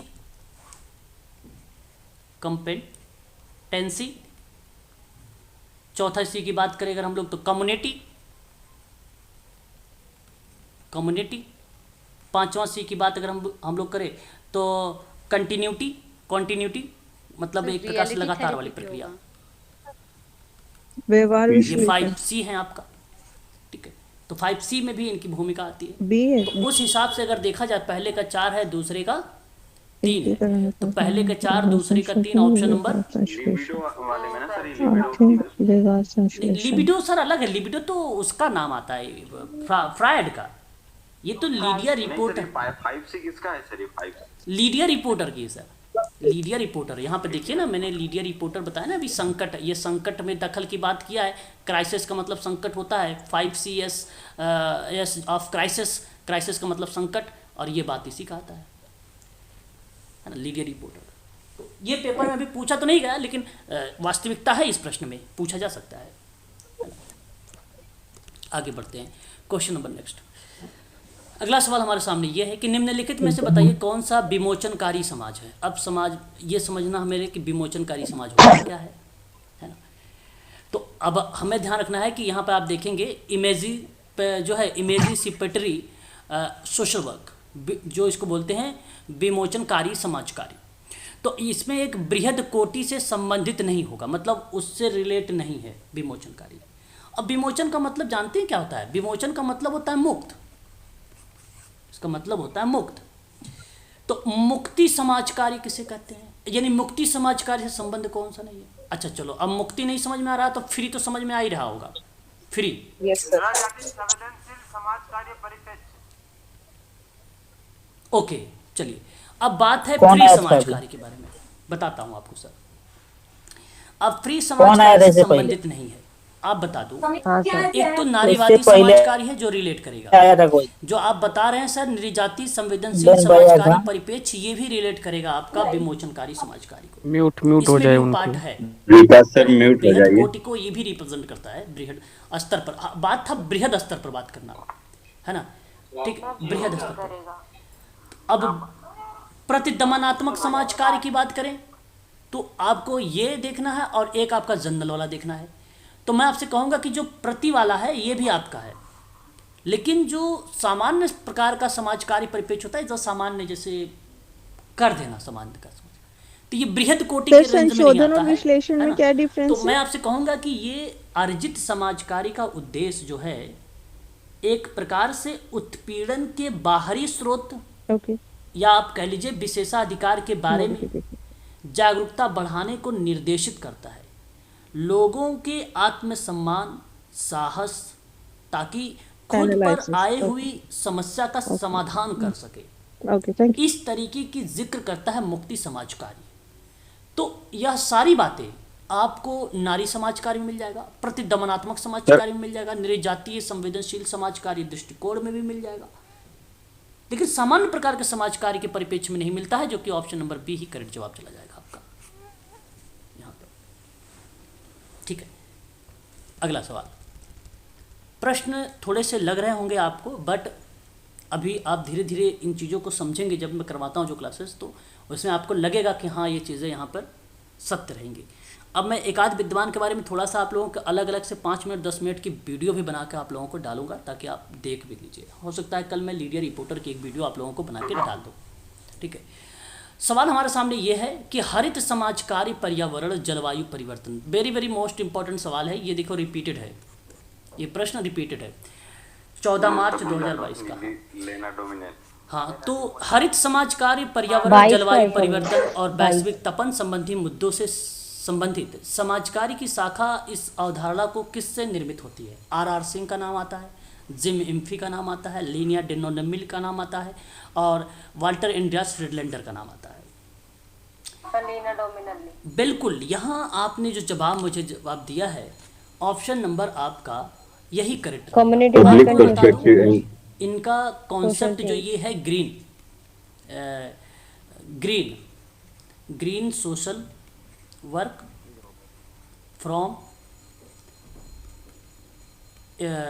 इन्वायरमेंट, फ्रॉम इन्वायरमेंट या environmental crisis of environmental justice भी आप जोड़ सकते हैं। 2 जुलाई 2012 की है कॉन्सेप्ट ये इनका। ठीक है, इसलिए यहाँ पर ये ऑप्शन आपका सही चला जाएगा। अब बात आता है कि आर सिंह की भूमिका फिर कहाँ है? इनका ना इनका जो जिक्र किया गया है आर सिंह की, ये एक प्रकार से generally in social work education की बात करते हैं, सोशल वर्क एजुकेशन की बात करते हैं। इन इंडिया में इन्होंने आर सिंह, मुरली देसाई और संजय भट्ट 3 लोगों का नाम आता है। ठीक है, 3 लोगों का नाम आता है, मुरली देसाई, आर सिंह, संजय भट्ट, जो है सोशल वर्क एजुकेशन पर बात करते हैं जनवरी 2019 में। जनवरी 2019 में जिम इम्फी का नाम आता है, इनके बारे में भी आप लोगों को जानना जरूरी है। ये community development in and note कर लीजिएगा इनके बारे में। अनसर्टेन वर्ड मतलब इन्होंने कहा है कि कम्युनिटी डेवलपमेंट में कि अनिश्चित विश्व के बारे में जिक्र किया था जिम इम्फी ने, और ये 2016 में जिक्र किया था, 2016 में।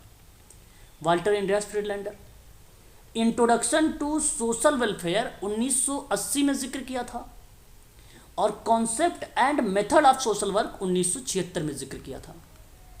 तो वाल्टर एंड्रियास फ्रिडलैंडर के बारे में। लेकिन सबसे ज़्यादा इंपॉर्टेंट अगर कोई है तो लीना डेमोनेली है इस ग्रीन सोशल वर्क से रिलेटेड में। ठीक है, फ्रॉम इन्वायरमेंट क्राइसिस को डेवलप, इन्होंने क्राइसिस को रिलेट करा। इनके में एक ट्रिक बना लीजिए, क्राइसिस 10 अक्टूबर 2022 ये क्या है सर? और एक पेपर था। ऑब्लिक करके लिख लीजिए हस्तक्षेप। जब ये नाम आए किसमें सर? किसमें सर? लीना डोमिनली में, ओके ओके ओके। इनके में एक संकट ट्रिक बना लीजिए और एक हस्तक्षेप बना लीजिए। ये जब दो शब्द आए तो आप उसमें नाम ढूंढा करें, लीना डोमिनली का नाम। ठीक है, आगे बात करते हैं। अगला सवाल हमारे सामने, जिम्मेदारियां यानी दायित्व से बात की गई है, एक तरफ प्रत्याशा से बात की गई है ना। तो ये कॉन्सेप्ट जो था वो ये जो था केरल के एक विद्वान हैं, उनका नाम है रोलेंस कैरल हॉलिस। के, या के कैरल कहा जाता है इनको, के कैरल। और इनका जो ये कॉन्सेप्ट बेसिकली आया, ठीक है, कैरल्स मॉडल्स के नाम से आया। और इनके मॉडल्स का जो नाम है रखा गया है, वो रखा गया है संबंधों, जिम्मेदारी और प्रत्याशा, है ना। संबंधित या संबंधों आप कह लीजिए, जिम्मेदारी साथ में जोड़ दीजिए एंड के साथ प्रत्याशा। इन्होंने ये जिक्र किया है कैरल केसी ने, है ना, पहली बात। दूसरा, आप यहाँ पर ये ध्यान रखें कि जो ये जिम्मेदारियां हैं लोकोपकार वाली, वो समाजकारी द्वारा अपेक्षित होती हैं। जो नैतिक दायित्व होते हैं ये समाज द्वारा प्रत्याशित होते हैं। और जो कानूनी दायित्व होते हैं वो सरकार द्वारा एक आवश्यकता होती है। और जो आर्थिक दायित्व होती है वो समाज द्वारा एक आवश्यकता होती है। तो देखिए बहुत ही इजी है, केवल समझने पर आधारित था ये प्रश्न भी, है ना, कि जो जिस तरीके से इन्होंने अपने जिम्मेदारियों और प्रत्याशा के बारे में व्याख्या किया था कैरल महोदय ने, वो कहीं ना कहीं नैतिक दायित्व को समाज की प्रत्याशा को ही बताया, मतलब, है ना। और जो कानूनी दायित्व था वो सरकार को रिलेट कराया था उन्होंने। लोकोपकार समाज कार्य के अपेक्षित जिक्र करने वाली बातें थी वहाँ पे, है ना, लोकोपकारी परोपकारी जैसी प्रक्रियाओं को रिलेट कर रहा था। तो मैं आपसे कहूँगा कि ऑप्शन को मैच करिएगा, पहले का दूसरा, दूसरे का पहला, पहले का दूसरा, दूसरे का पहला। आप देखेंगे तो ऑप्शन नंबर यहाँ पर दिखाई दे रहा होगा, है ना, ये ऑप्शन नंबर सी जा रहा है ना, ये आपका करेक्ट रहेगा, है ना। अच्छा, यहाँ पे आंसर पे मत जाइएगा, गिवन आंसर पर आंसर गलत भी मिल सकते हैं, है ना, आंसर पे गलत नहीं जाएंगे आप लोग, केवल मेरे जो मैं बता रहा हूँ उसको आप लोग जो है ध्यान देंगे, सभी लोग समझ रहे हैं ना आप लोग,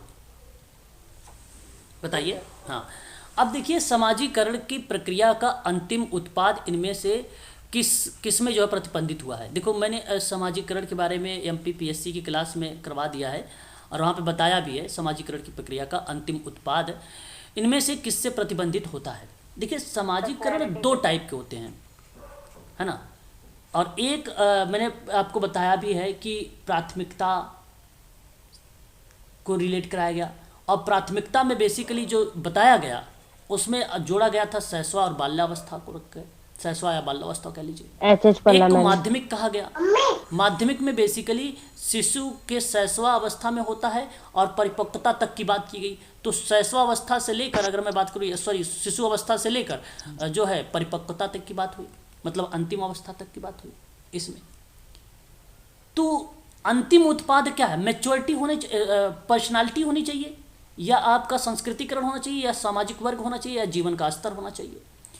तो अंतिम उत्पाद सामाजिकरण को प्रतिबंधित करता है, वो पर्सनालिटी करती है ना, वो व्यक्तित्व करता है।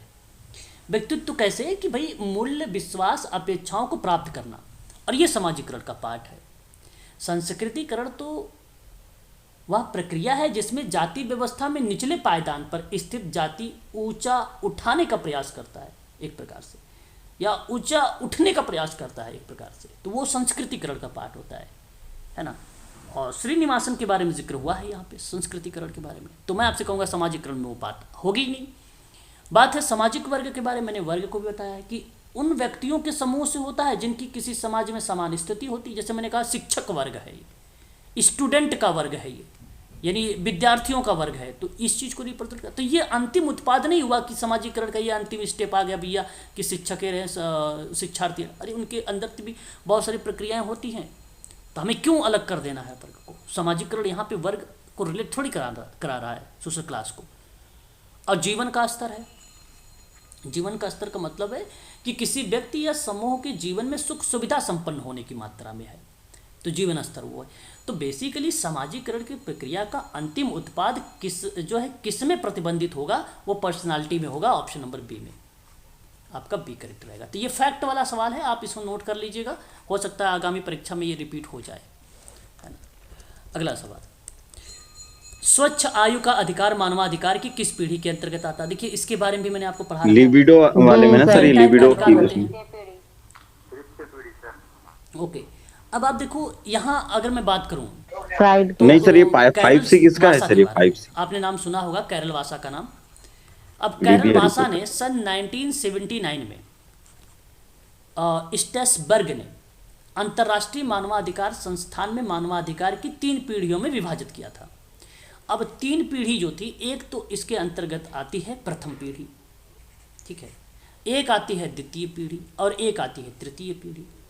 बात को समझिएगा आप सभी लोग। तो जो प्रथम पीढ़ी है उसको नीला अधिकार के नाम से जानते हैं, प्रथम पीढ़ी को। और प्रथम पीढ़ी में स्वतंत्रता, राजनीति, भाग लेने से संबंधित होता है ना, स्वतंत्रता और राजनीति से संबंधित होता है।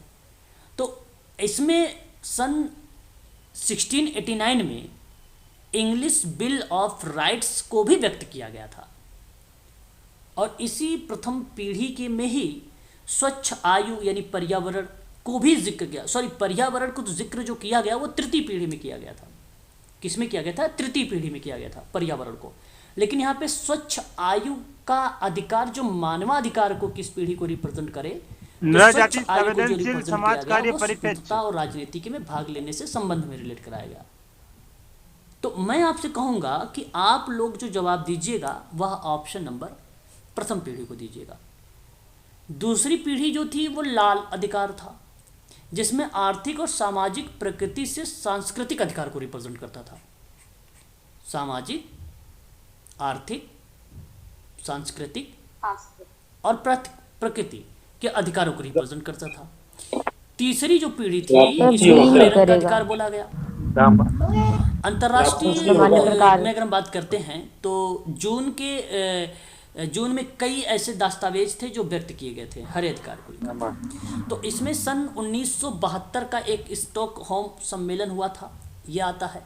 इसी में पर्यावरण के विकास पर सन 1992 में रियो डी जेनेरियो को घोषणा यानी रियो घोषणा पत्र भी हुई थी 1992 में। इसी में स्वास्थ्य, वातावरण, आत्मनिर्णय का अधिकार है ना। एक मिनट, ये तृतीय पीढ़ी होगा प्रथम पीढ़ी होगा, तृतीय पीढ़ी होगा। हाँ सर, स्वच्छ वातावरण, हाँ, तृतीय पीढ़ी होगा वातावरण। हाँ वायु, हाँ, तृतीय पीढ़ी होगा, प्रथम पीढ़ी नहीं होगा, वो तृतीय पीढ़ी होगा।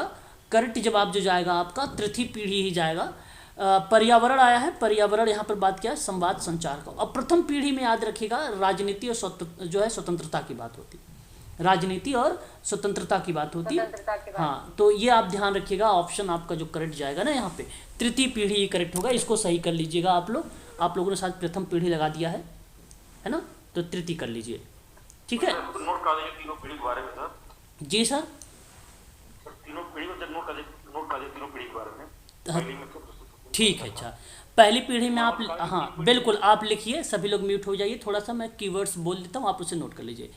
प्रथम पीढ़ी को लिखिएगा नील या नीला अधिकार, पहली पॉइंट नीला अधिकार, ठीक है। उसके बाद नीला अधिकार की बात अगर आपको लिखना है तो आप ये सर नीला लेना डोमिनेल, आप लिखिए स्वतंत्रता और राजनीति। हाँ सर, सी ऑप्शन। स्वतंत्रता और राजनीति, ठीक है। स्वतंत्रता एंड राजनीति में भाग लेते हैं, ये प्रथम पीढ़ी का पार्ट बन जाएगा, जिसको हम लोगों ने क्या बोला है? नीला अधिकार बोला है, सर लीना डोमिनली, ठीक है। नंबर दूसरे पे लिखिए द्वितीय पीढ़ी। द्वितीय पीढ़ी को आप लोग करिए लाल अधिकार, लाल अधिकार। और इसके अंतर्गत कुछ पॉइंट्स लिखिए, जैसे आप लिखिए आर्थिक शब्द, दूसरा शब्द लिखिए सामाजिक, एनवायरमेंट, प्राकृतिक में सांस्कृतिक अधिकार, सांस्कृतिक अधिकार, ठीक है। यह आपका दूसरी पीढ़ी हो जाएगी, द्वितीय पीढ़ी। तीसरी पीढ़ी लिख लीजिए आप, तीसरी पीढ़ी आप लिखिए। तीसरी को हम लोग बोलेंगे हरे अधिकार, हरे अधिकार। इसमें कीवर्ड्स के माध्यम से आप लिख लीजिए सभी लोग। 1972 में स्टॉकहोम के बारे में, स्टॉकहोम सम्मेलन के बारे में। 1992 में आप लिख लीजिए पर्यावरण एवं विकास, पर्यावरण एवं या और विकास पर रियो घोषणा, रियो घोषणा। थर्ड पॉइंट आप नोट कर लीजिए स्वास्थ्य वातावरण, स्वास्थ्य वातावरण, तीसरी पॉइंट। चौथी पॉइंट आप नोट कर लीजिए आत्मनिर्णय का अधिकार। उसके बाद आप नोट कर लीजिए स्वच्छ वायु। उसके बाद नोट कर लीजिए संवाद एंड संचार। उसके बाद नोट कर लीजिए सांस्कृतिक विरासत। बस क्लियर, सांस्कृतिक विरासत। बताइए एक बार। अब आगे मनोधिकारों की पीढ़ी थी सर, जो 3 पीढ़ी होती है। हाँ, तीनों पीढ़ी तो बता तो दिया, ये तीसरी पीढ़ी तो बताया। जी जी जी जी सही। चलिए अब आगे देखिए अगला सवाल। अगला सवाल हमारे सामने है समाजकारी हस्तक्षेप में। अब देखो ये नाम आता है हस्तक्षेप में, किसमें सर, किसमें सर? और यहाँ पे कहा है कि परिवर्ती केंद्रक के रूप में, है ना, परिवर्ती केंद्रक के रूप में। तो शिफ्टिंग फोकस है ये। तो परिवर्ती केंद्रक के आधार पर निम्नलिखित रूपों में इसको वर्गीकृत किया गया है। तो समाजकारी का जो हस्तक्षेप में वर्गीकृत किया गया वो सबसे पहले था इंडिविजुअल पैथोलॉजी। इंडिविजुअल पैथोलॉजी को बोला गया व्यक्तिगत विकृति विज्ञान, हम बोल सकते हैं। करेक्ट रहेगा ना ये? बिल्कुल करेक्ट रहेगा, है ना। तो यहां आप इसको करेक्ट कर लीजिए। दूसरे नंबर पे आपको नोट करना है, ये पहले नंबर पे आ जाएगा। दूसरे नंबर पर नोट करना है आपको हितैषी के रूप में समाज कार्य, यानी सोसाइटी एज जो है बिनैंग, बिनैंग करके, बिनैंग मतलब एक प्रकार से हितैषी की बात करना, यानी आपका ये सी पॉइंट को रिलेट करेगा। फिर संरचनात्मक कार्यों उत्पादन की बात होगी, स्ट्रक्चरल बात होगी, यानी आपका डी रिप्रेजेंट हो जाएगा। और ये बात हो रही समाज कार्य का हस्तक्षेप में परिवर्तित केंद्र। परिवर्तित केंद्र मतलब शिफ्टिंग फोकस होता है, ये शिफ्टिंग फोकस होता है, हम उसी की बात कर रहे हैं, उसी के आधार पर हस्तक्षेप कर रहे हैं परिवर्ती केंद्रक के रूप में, है ना। इसका क्लासिफिकेशन कर रहे हैं। पहले बीमारियों फिर हितैषी के बारे में बात करेंगे, फिर कार्यों को लेकर बात करेंगे, और लास्ट में क्या आ जाएगा, सशक्तिकरण आ जाएगा, और ऑप्शन नंबर बी सही हो जाएगा। अब देखिए ऑप्शन आपका कौन, जिस ऑप्शन में ए सी डी बी जिस तरीके ऐसे अगर मिलेगा तो वो ऑप्शन सही हो जाएगा। तो ए सी डी कहाँ लिखा हुआ है, A C D B, option number C. हाँ सी ऑप्शन में, इस वाले ऑप्शन में लिखा हुआ है, ये ऑप्शन आपका करेक्ट चला जाएगा, सी वाला। ठीक है, तो इस तरीके से जो है इस प्रश्न को भी आप ध्यान में रखेंगे सभी लोग। अगला सवाल बात करेंगे नेक्स्ट क्वेश्चन के बारे में।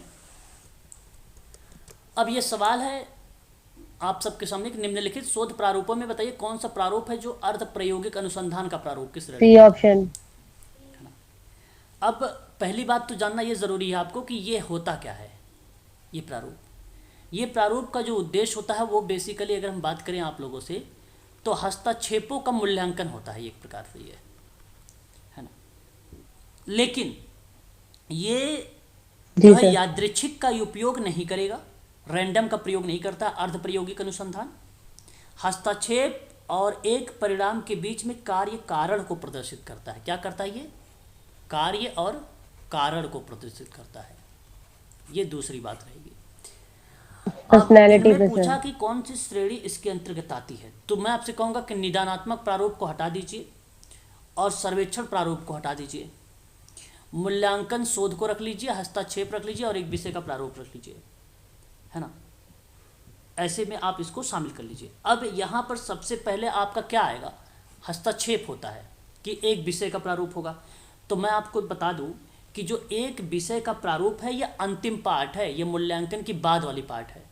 तो सबसे पहले सी रख लीजिएगा और फिर उसके बाद आप बी को रख लीजिएगा और फिर अंतिम वाला, जैसे मूल्यांकन जब हो जाता है तो उसके बाद एक विषय का प्रारूप तैयार होता है, फिर एक मतलब चक्र में चलता है ये अर्ध प्रायोगिक, तो फिर उसके बाद ये डी वाला हो जाएगा।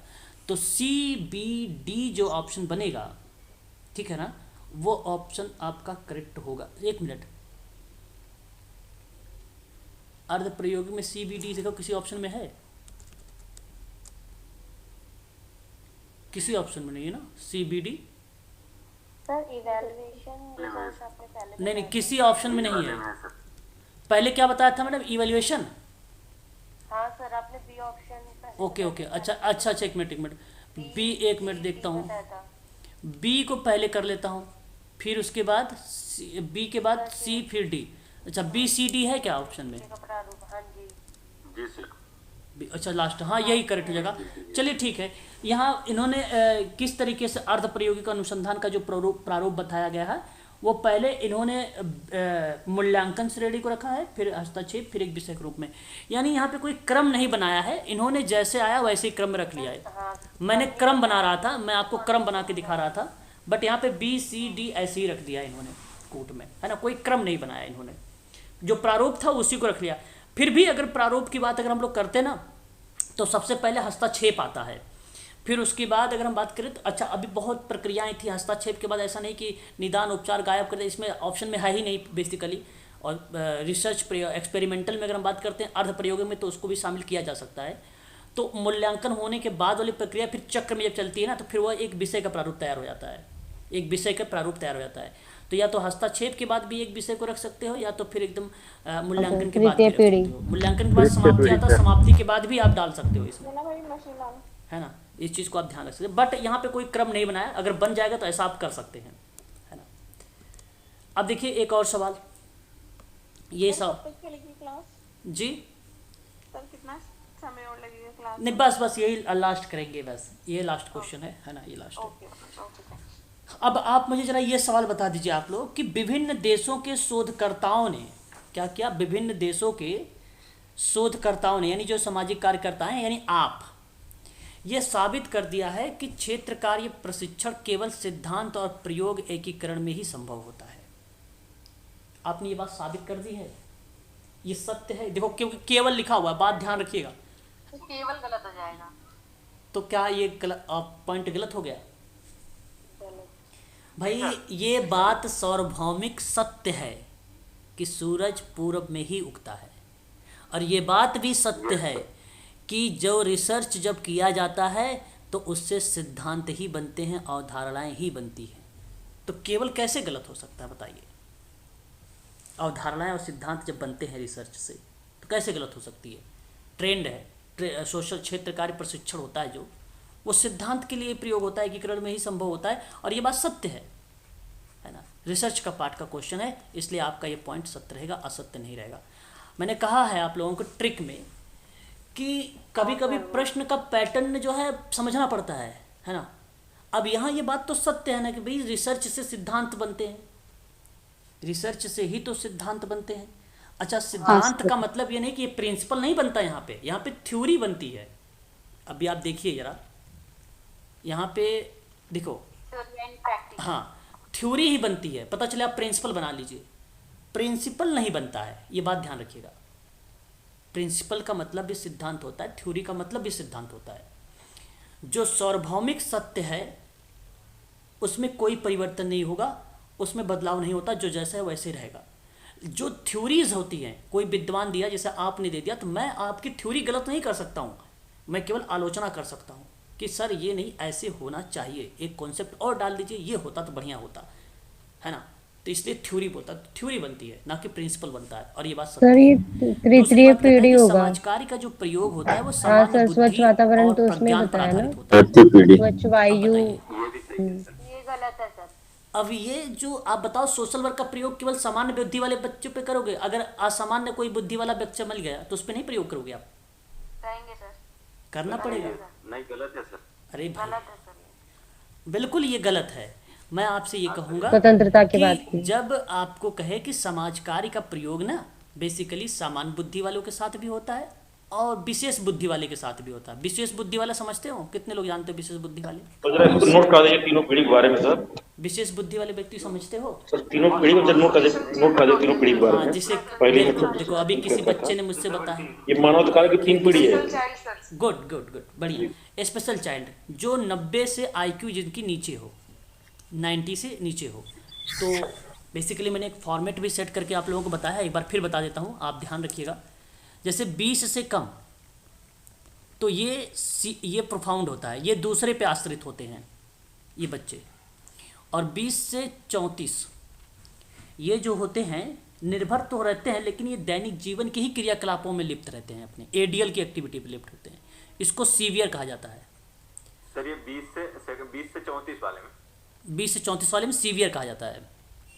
ये ADL काम करते हैं, ADL एक्टिविटी डेली लिविंग, जो दैनिक जीवन की एक्टिविटी होती है, खाना पीना सोना, है ना, टॉयलेट ट्रेनिंग, ये सब इसमें आता है। और 35 से 49 मॉडरेट होते हैं ये। इनको केवल ट्रेनिंग दी जा सकती है, ट्रेनिंग दी जाती है, प्रशिक्षण दिया जाता है इनको। और एक होता है 50 से 70, इनको थोड़ा सा ऊपर एजुकेशन से जोड़ा जाता है। सॉरी 69 होगा, 69 थोड़ा सा इनको एजुकेशन दिया जाता है। और 70 से 89 ये आपका माइल्ड होगा, माइल्ड होगा। तो यहाँ पे एजुकेशन और ट्रेनिंग। सर 50 से 50 से 69 69 हाँ 69। सर इसका कोई चार्ट है क्या? जी सर इसका कोई चार्ट है क्या? चार्ट, हाँ बिल्कुल है, आप देख सकते हैं, नेट पर भी चार्ट मिल जाएगा। बीने का टर्मन का है ये जो मैं बता रहा हूँ AAMR के अकॉर्डिंग बता रहा हूँ, AAMR American association mental retardation के अकॉर्डिंग बता रहा हूँ, 1983 के अनुसार ये बता रहा हूँ। ये 50 से 69 वाला है ना सर? हाँ 50 से 69 यानी 69 सर, मॉडरेट, सॉरी ये क्या बोलेंगे इसको, माइल्ड बोलेंगे, माइल्ड। और 50 से 89 वाले में जो 70 से 89 जाएगा, 70 से 89 जाएगा वो बॉर्डर लाइन। और 90 से 110 जाएगा या 109 जाएगा तो वो नॉर्मल, यानी हम लोग आते हैं इसमें जनरल। उसके बाद प्रखर आ जाता है, टर्मन का फिर जिक्र हो जाता है।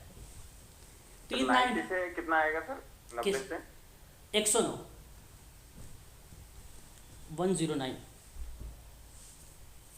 है ना। इसमें मानव आ जाएगा सर? मानव नहीं, हम लोगों ने मानव तो वो भी है क्या, एक कुछ अलग थोड़ी है, ये भी तो मानव ही है ना। ये स्पेशल बच्चे। जी मैम। सर ये मानवाधिकारों की पीढ़ी थी सर, ये 3 पीढ़ी होती है। 60 मैंने कहाँ लिखा है? जी सर 69 लिखा है यहाँ पे। हाँ तो 69 के बाद 70 आ रहा है, 70 से 89 ये बॉर्डर लाइन है, सीमांत रेखी बॉर्डर लाइन। यहाँ आपका पहला सत्य जाएगा इस क्वेश्चन का और दूसरा असत्य हो जाएगा। दूसरा गलत। हाँ जरा देखिए कहाँ पे है, सी में। IQ का चार्ट है सर क्या है? जी IQ का चार्ट है AAMR के अकॉर्डिंग, है ना। IQ का चार्ट टर्मन के द्वारा देखेंगे तो वो 190 से 110 से स्टार्ट मिलता है। और बेसिकली मूड, उन्होंने मूर्ख, मूड ऐसे शब्दों को यूज करते हैं टर्मन ने, नीचे वाले इडियट हो गया है ना, ऐसे जो है शब्दों का। बट ये वाला शब्द बेटर है, पेपर में ये सबसे बढ़िया पूछा जाता है, ये वाला जो बनवाया है आपसे कह रहा है, ठीक है, ये ध्यान रखिए। तो अब आज के लिए इतना रखिए, ये जो क्वेश्चंस हैं। अब आज शाम की क्लास आपकी नहीं चलेगी, ठीक है, संडे है, थोड़ा सा आप भी रेस्ट कर लीजिए। कल अपने नियमित टाइम पे समय पे क्लास रहेगी, 1 PM एक क्लास रहेगी आप सबकी, और एक क्लास आपकी 6:30 रहेगी। 6:30 वाले पे कल मैं आप लोगों को बताऊंगा समाज का परिप्रेक्ष्य को लेकर, है ना, जो MPPSC का सिलेबस है यूनिट नंबर 2 वाला, उस पर जिक्र करूंगा 6:30 पर। और 8:30 पर आप लोगों को जो जिक्र होने वाला है वो सामाजिक क्रिया पर होगी, सामाजिक क्रिया पर बात होगी कल, ठीक है। हालांकि सामाजिक क्रिया पर मैंने क्लास दे रखा, लेकिन यहाँ पे आपको समझा दूंगा, एक ही क्लास में पूरा कवर हो जाएगा सामाजिक क्रिया, ठीक है, एक क्लास में। फिर सामाजिक आंदोलन रहेगा 2 क्लास में, आपके यूनिट खत्म। सर जी सर एक बार जैसा ट्रिक बताया थे गद्यांश को हल करने के, तो लिखा दीजिए ट्रिक गद्यांश को। ओके, गद्यांश का ट्रिक सर है, आप नोट कर लीजिए। गद्यांश के ट्रिक में अगर सर आपको मिले सबसे डी पहला ऑप्शन में कि सर। सबसे लंबी लाइन लिखा हो, स्टेटमेंट लंबा लिखो। हाँ सबसे ज़्यादा लाइन में लिखा हो वो, ठीक है। उपर्युक्त सभी अगर लिखा हो कूट में, दूसरा ट्रिक। तीसरा ट्रिक ये हो समाज की मुख्य धारा लिखा हो, समाज की मुख्य धारा से जोड़ना, ठीक है, ये लिखा हो। चौथा आपको लिखना है अवसर, ठीक है, अवसर। पांचवा आपको रखना है परिमार्जन, परिमार्जन, ठीक है। छठा आपको लिखना है वास्तविकता या वास्तविक सीधे, ठीक है। सातवां आपको लिखना है समानता की बात, समानता की बात। ये सब ट्रिक हैं जिसके माध्यम से आप जो है यूज कर सकते हैं कि ये जो है और गद्यांश जो है आपका सही जाएगा, इसमें जो है आपका गद्यांश में ये जो है सही जाएंगे। इन ट्रिकों का आप प्रयोग कर सकते हैं। जी सर मेरा जो सिलेबस रहता है वो कैसे कवर होगा? आपका सिलेबस क्या रह गया बताना। सर मैंने तो अभी कल ही से ज्वाइन किया है। अरे भाई काहे इतना परेशान हो आप MPPSC में हो ना? जी माफ। हाँ तो आपका यूनिट नंबर 1 और यूनिट नंबर दूसरा 1 हो गया डन, उसकी वीडियोस देख लो। यूनिट नंबर 2 चल रहा है आपका, ठीक है। सिलेबस कोई छोड़ा नहीं जाएगा, आप परेशान क्यों हो? आप जितनी वीडियोस बनाई गई हैं उस वीडियो को देखो, यूनिट नंबर 1 की वीडियो देखो, यूनिट नंबर 2 की वीडियो देखो, नोट्स बनाओ उसका। बाकी आपका जो चल रहा है वो चलेगा आपका कल वाली क्लास में। आपकी कल वाली क्लास जो है एक आपका वहाँ पे है कल में, है ना, तो होगा आपका सारा, ऐसी बात नहीं है। यहाँ पर देखिए यूनिट नंबर अगर हम बात करें, यहाँ पे देखिए ये यूनिट नंबर आप ही का है ना, ये किसका है? आप ही का है ना ये। हाँ जी जी जी। तो फिर इसमें अब हम ये 40 चीज़ें बात कर चुके हैं इस पे। ये वीडियोस देखो आप, जो ऊपर की बात हो चुकी है। सामाजिक अगर हम बात करें सामाजिकरण, पुनर्सामाजिकरण क्या है, प्रत्याशी सामाजिकरण क्या है, ये बात हो चुकी है। सर सामाजिक स्तरीकरण में हो इवैल्यूएशन चुकी है, रिजल्ट आपने परिवर्तन हो पहले चुका है बताया था। आपका, डी सारा वाले में है कंप्लीट हो सर। चुका है इसमें। अब बात रही नहीं, भारतीय समाज की अवधारणा के स्वरूप हाँ में सर, भारत आपने के बी लोग समूह ऑप्शन समुदाय पहले क्या बताया है। था हालांकि समूह evaluation समुदाय बात हो चुकी है, लेकिन मैं कल भी इस डी पे क्लास में बताया जिक्र था करूंगा। फिर समकालीन मुद्दे हैं, इन पर जिक्र करूंगा। 2 क्लास हैं, दोनों क्लास में unit sir, number 2 cover shape हो जाएगा तो आपका। और फिर एक विषय का प्रारूप। हाँ जी सारा सर। चीज होगा, आप निश्चिंत रहिए, आपका तो लास्ट अक्टूबर तक में पेपर जी, जाएगा, जी। सारा करवा देंगे, निश्चिंत रहिए। बस केवल पढ़ते रहिए, बस डेली पढ़िए, सोशल वर्क के बारे में कुछ ना कुछ जानकारी लीजिए, ये सब सारी चीज़ें। अभी तो ये आपका बेसिक चल रहा है, अभी आगे और टफ आएंगी, जब विद्वान के बारे में, किताबों के बारे में याद रखना पड़ेगा, है ना, किताब वगैरह। सर ये जो सर, हाँ क्रम नहीं बताया, बस ये पूछा कौन हाँ कौन ये से होना बच्चों का भी चाहिए। जून में एग्जाम है, 4 तारीख को, जी जी जी है ना, 4 तारीख को एग्जाम है। 1 बजे